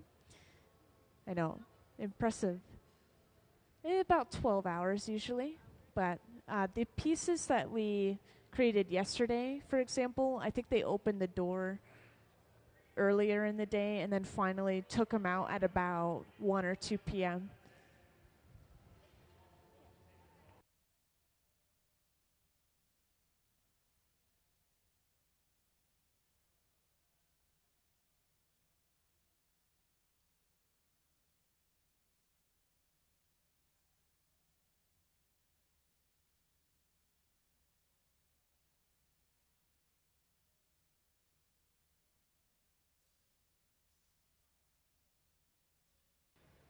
Yeah, once again, this residency runs all the way through Sunday.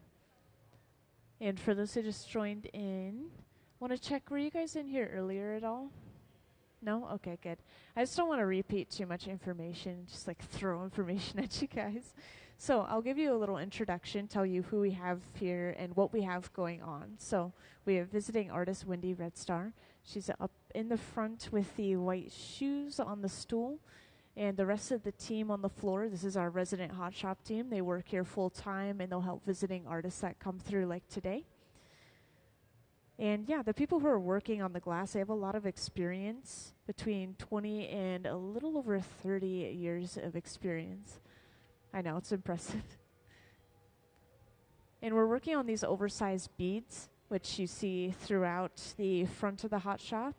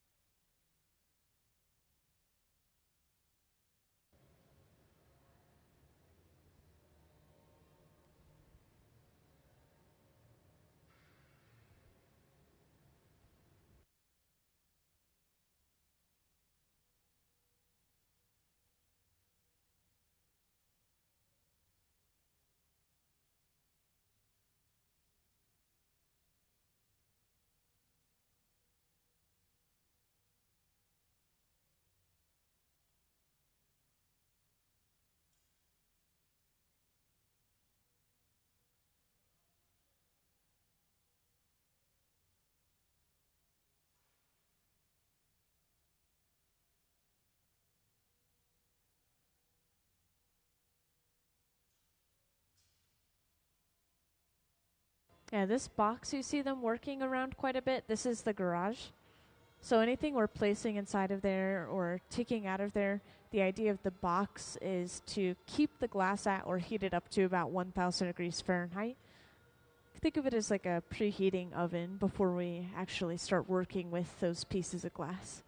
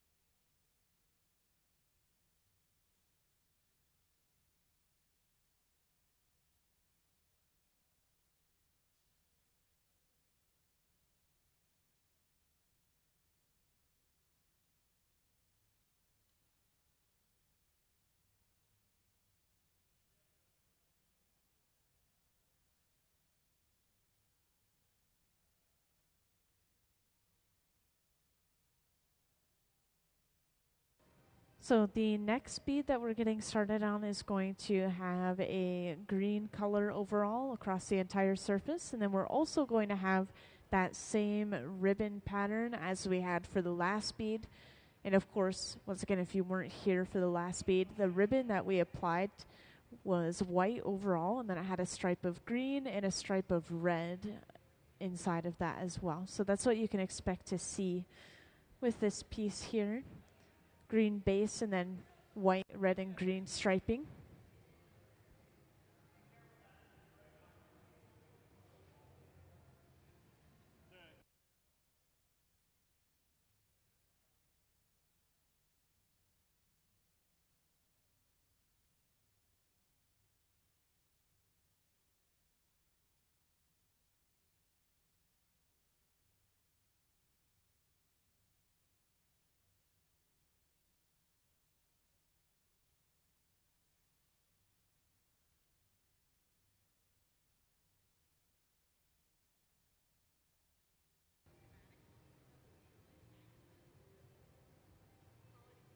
Yeah, welcome into the hot shop to those who just joined in.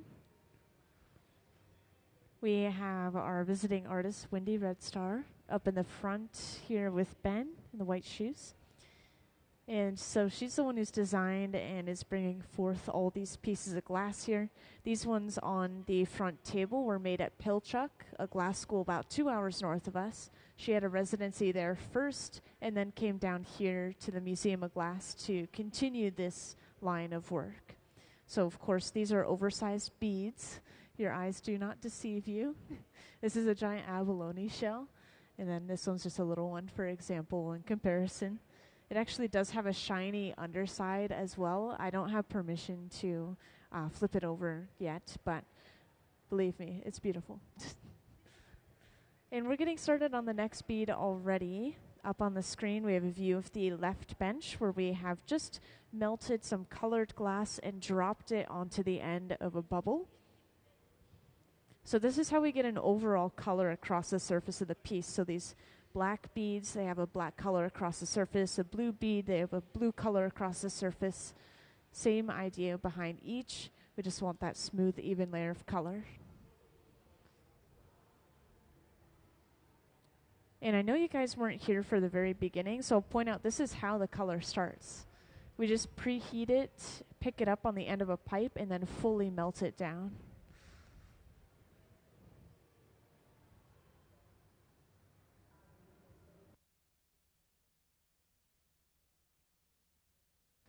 And everyone, feel free to ask questions if you all ever have any, whether it's about the visiting artists or about the glass or the hot shop.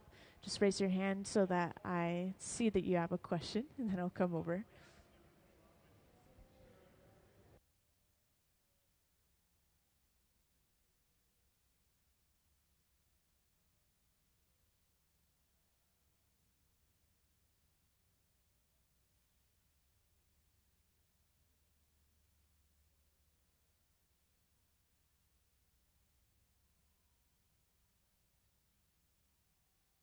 So actually, this is more so the artist has brought in images, and we've based it off of these images specifically. Those ones I think are just Museum of Glass store items from the other day. We have tons of stuff on those boards all the time.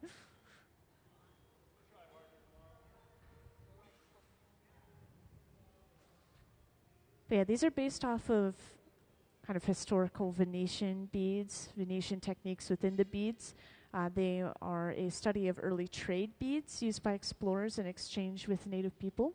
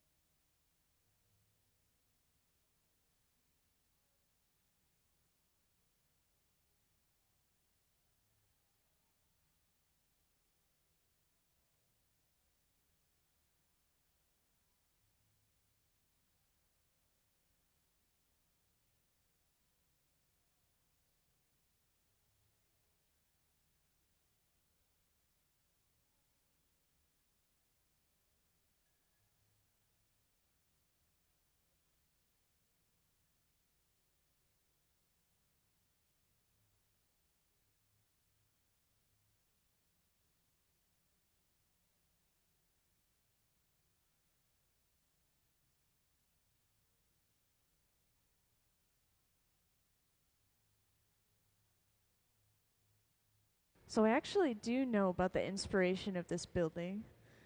And it's based off of these wood burners that used to be along this waterway here. It's kind of just a historical thing, and it's paying tribute to what the area used to be and what it used to be used for, which is a lot of logging and a lot of wood processing.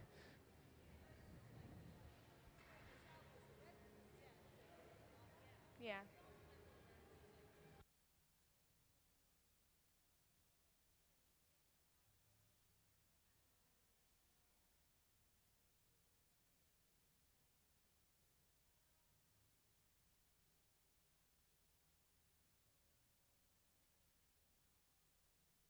So those kilns, or these are called annealers, they cool the glass down very slowly overnight. So it is used for pieces of glass just at the very end of the process after we've completely finished.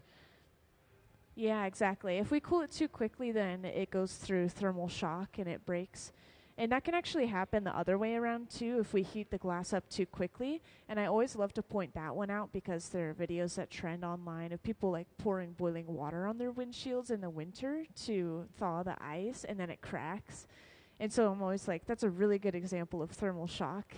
And the same thing happens in the hot shop if we heat it or cool it too quickly.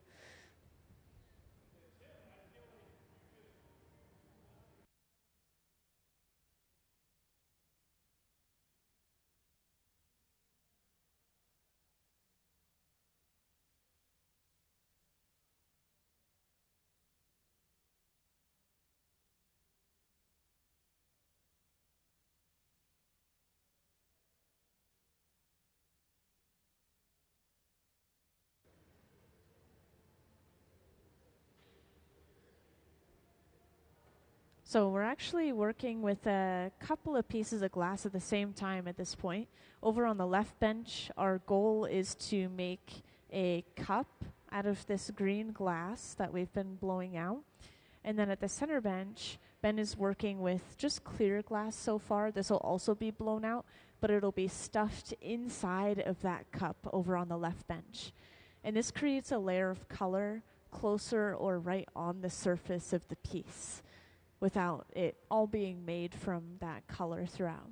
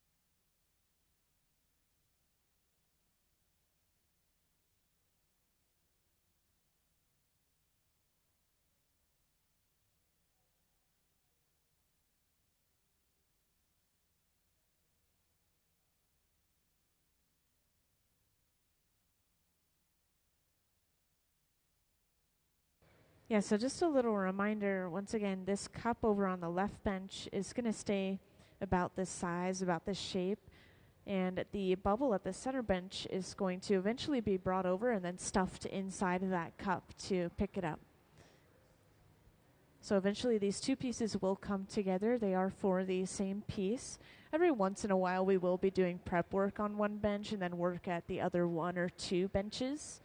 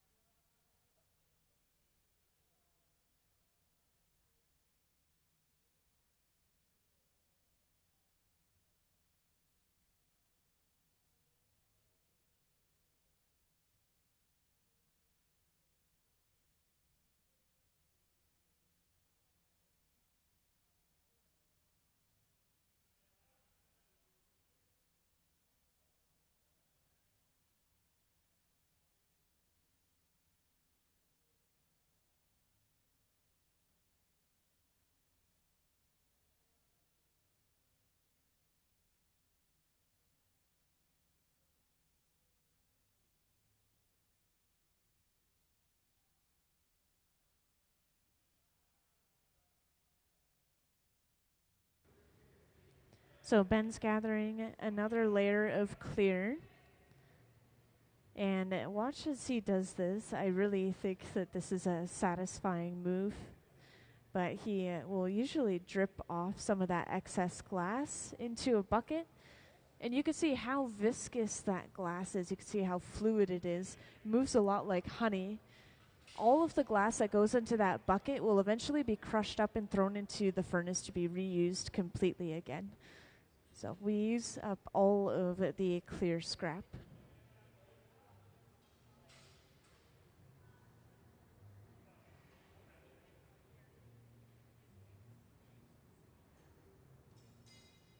And now we knock that cup off, set it upright into that heated ring.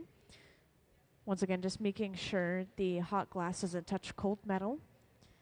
And then we stuff that clear bubble inside of the green cup to pick it up.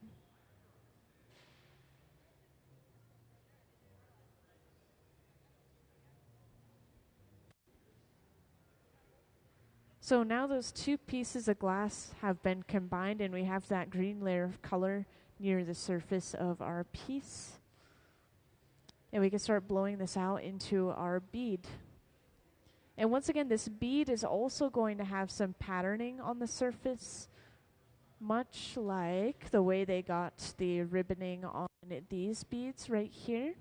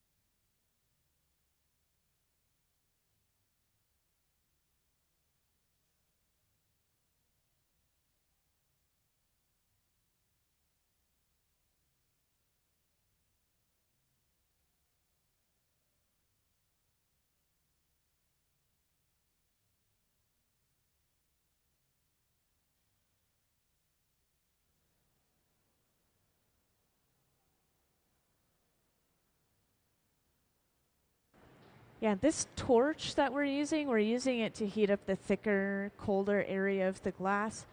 But this is the ribbon that I was pointing out to the audience earlier. Once again, this is mostly white. It has a stripe of red and a stripe of green on it as well. We're going to heat this up, bring it over, and then wrap it around the entire side of the bubble, creating almost kind of a spiral of colors across the bubble.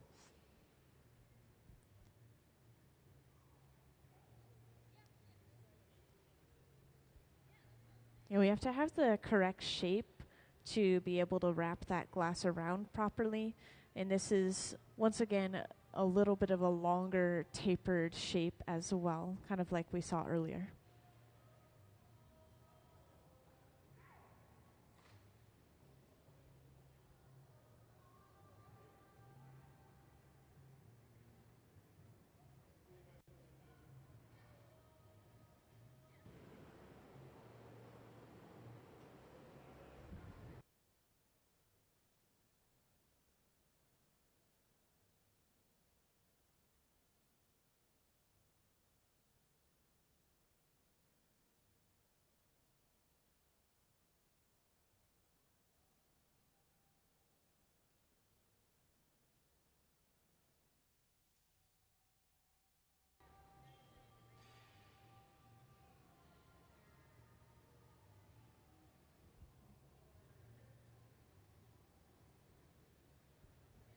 So at the center bench, we sit and let this cool down quite a bit. The idea is to have very little movement in the bubble so that we can properly wrap our color around the outside without it moving around too much, falling off center possibly.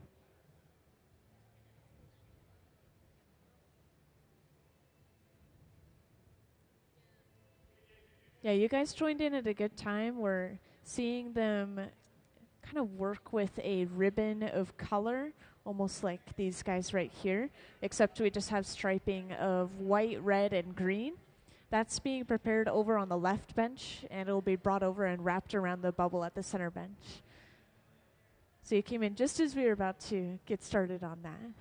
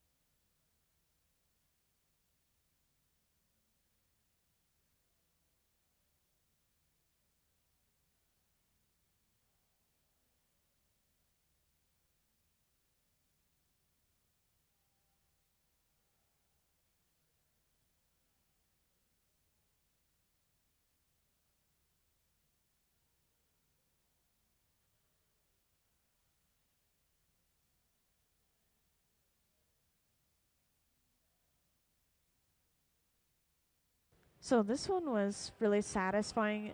The overall surface is blue, and then they have these smaller sticks of colored glass, a lot like this guy here, that they kind of just lay out all side by side, and then they roll the bubble over top of them. Exactly.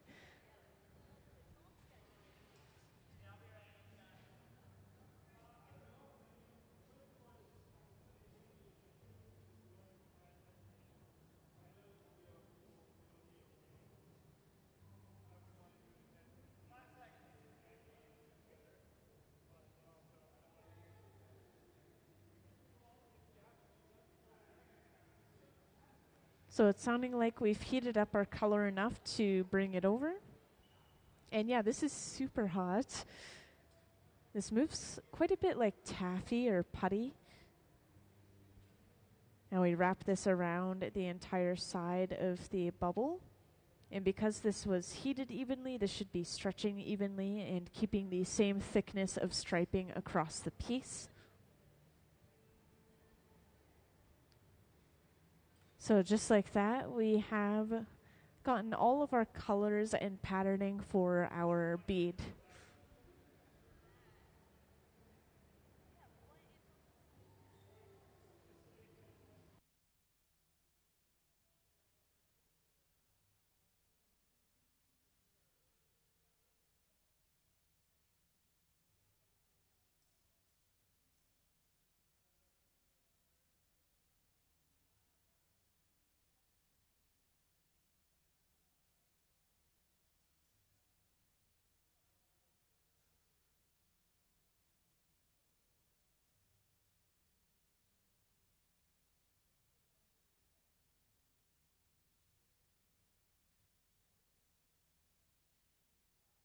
So now we'll start heating this up and pushing or reconforming those raised lines of pattern to the surface of the bubble. We want it to be smooth and flush and even before we move on with finishing off the shape of the bead.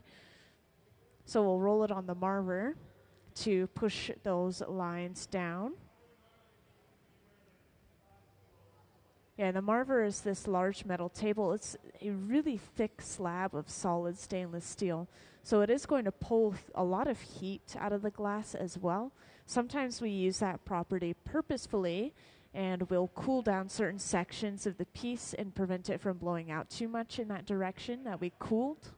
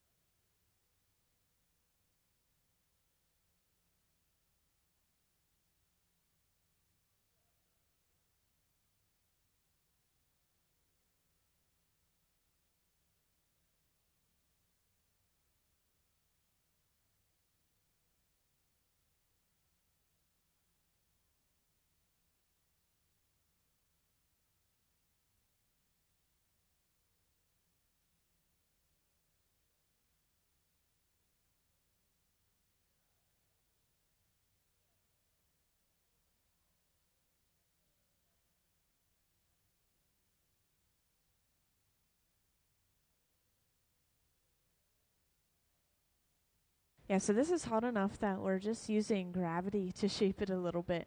Hang it down towards the floor at an angle like that, stretches it out. We now have a little bit of a longer, narrower shape.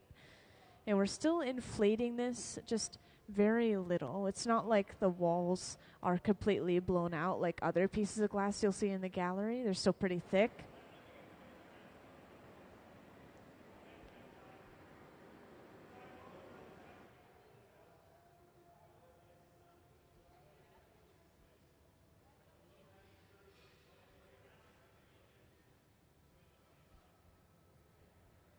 Yeah, so now we can start working on opening up the ends of our bead.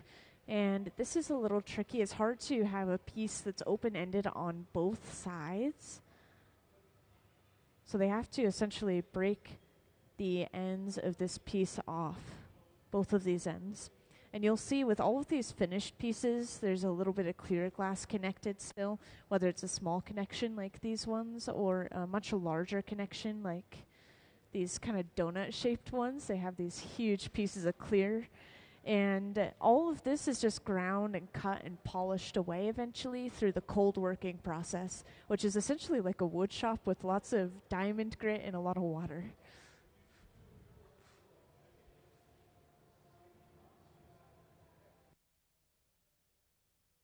So now we're using the jacks, which are those two metal blades. We're squeezing down off the end of the pipe. This is basically a breaking point, so later on we'll break that entire piece off from this line. And you can see those colors coming back out as it cools down.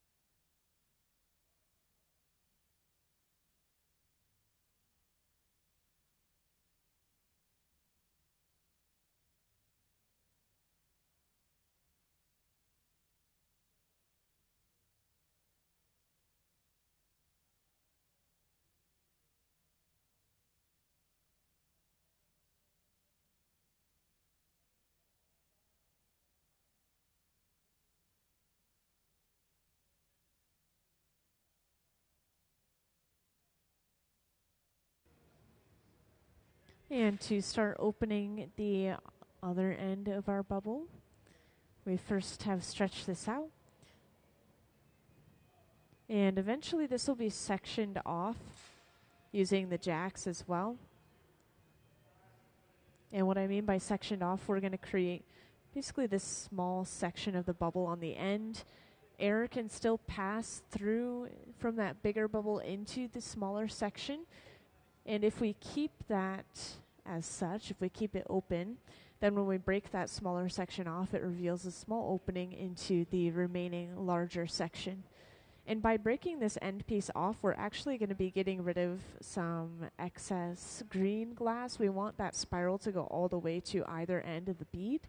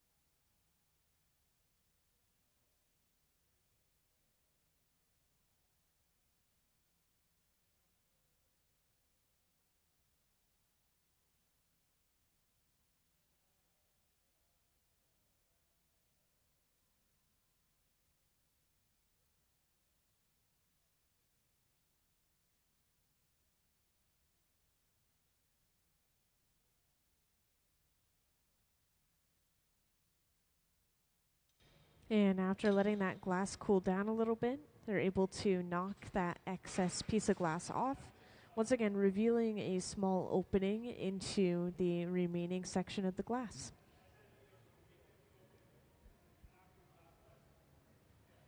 So this will be altered a little bit further. They'll probably open the hole up a little bit more, and then eventually we're going to have to open up the other side of the piece that's connected to the pipe.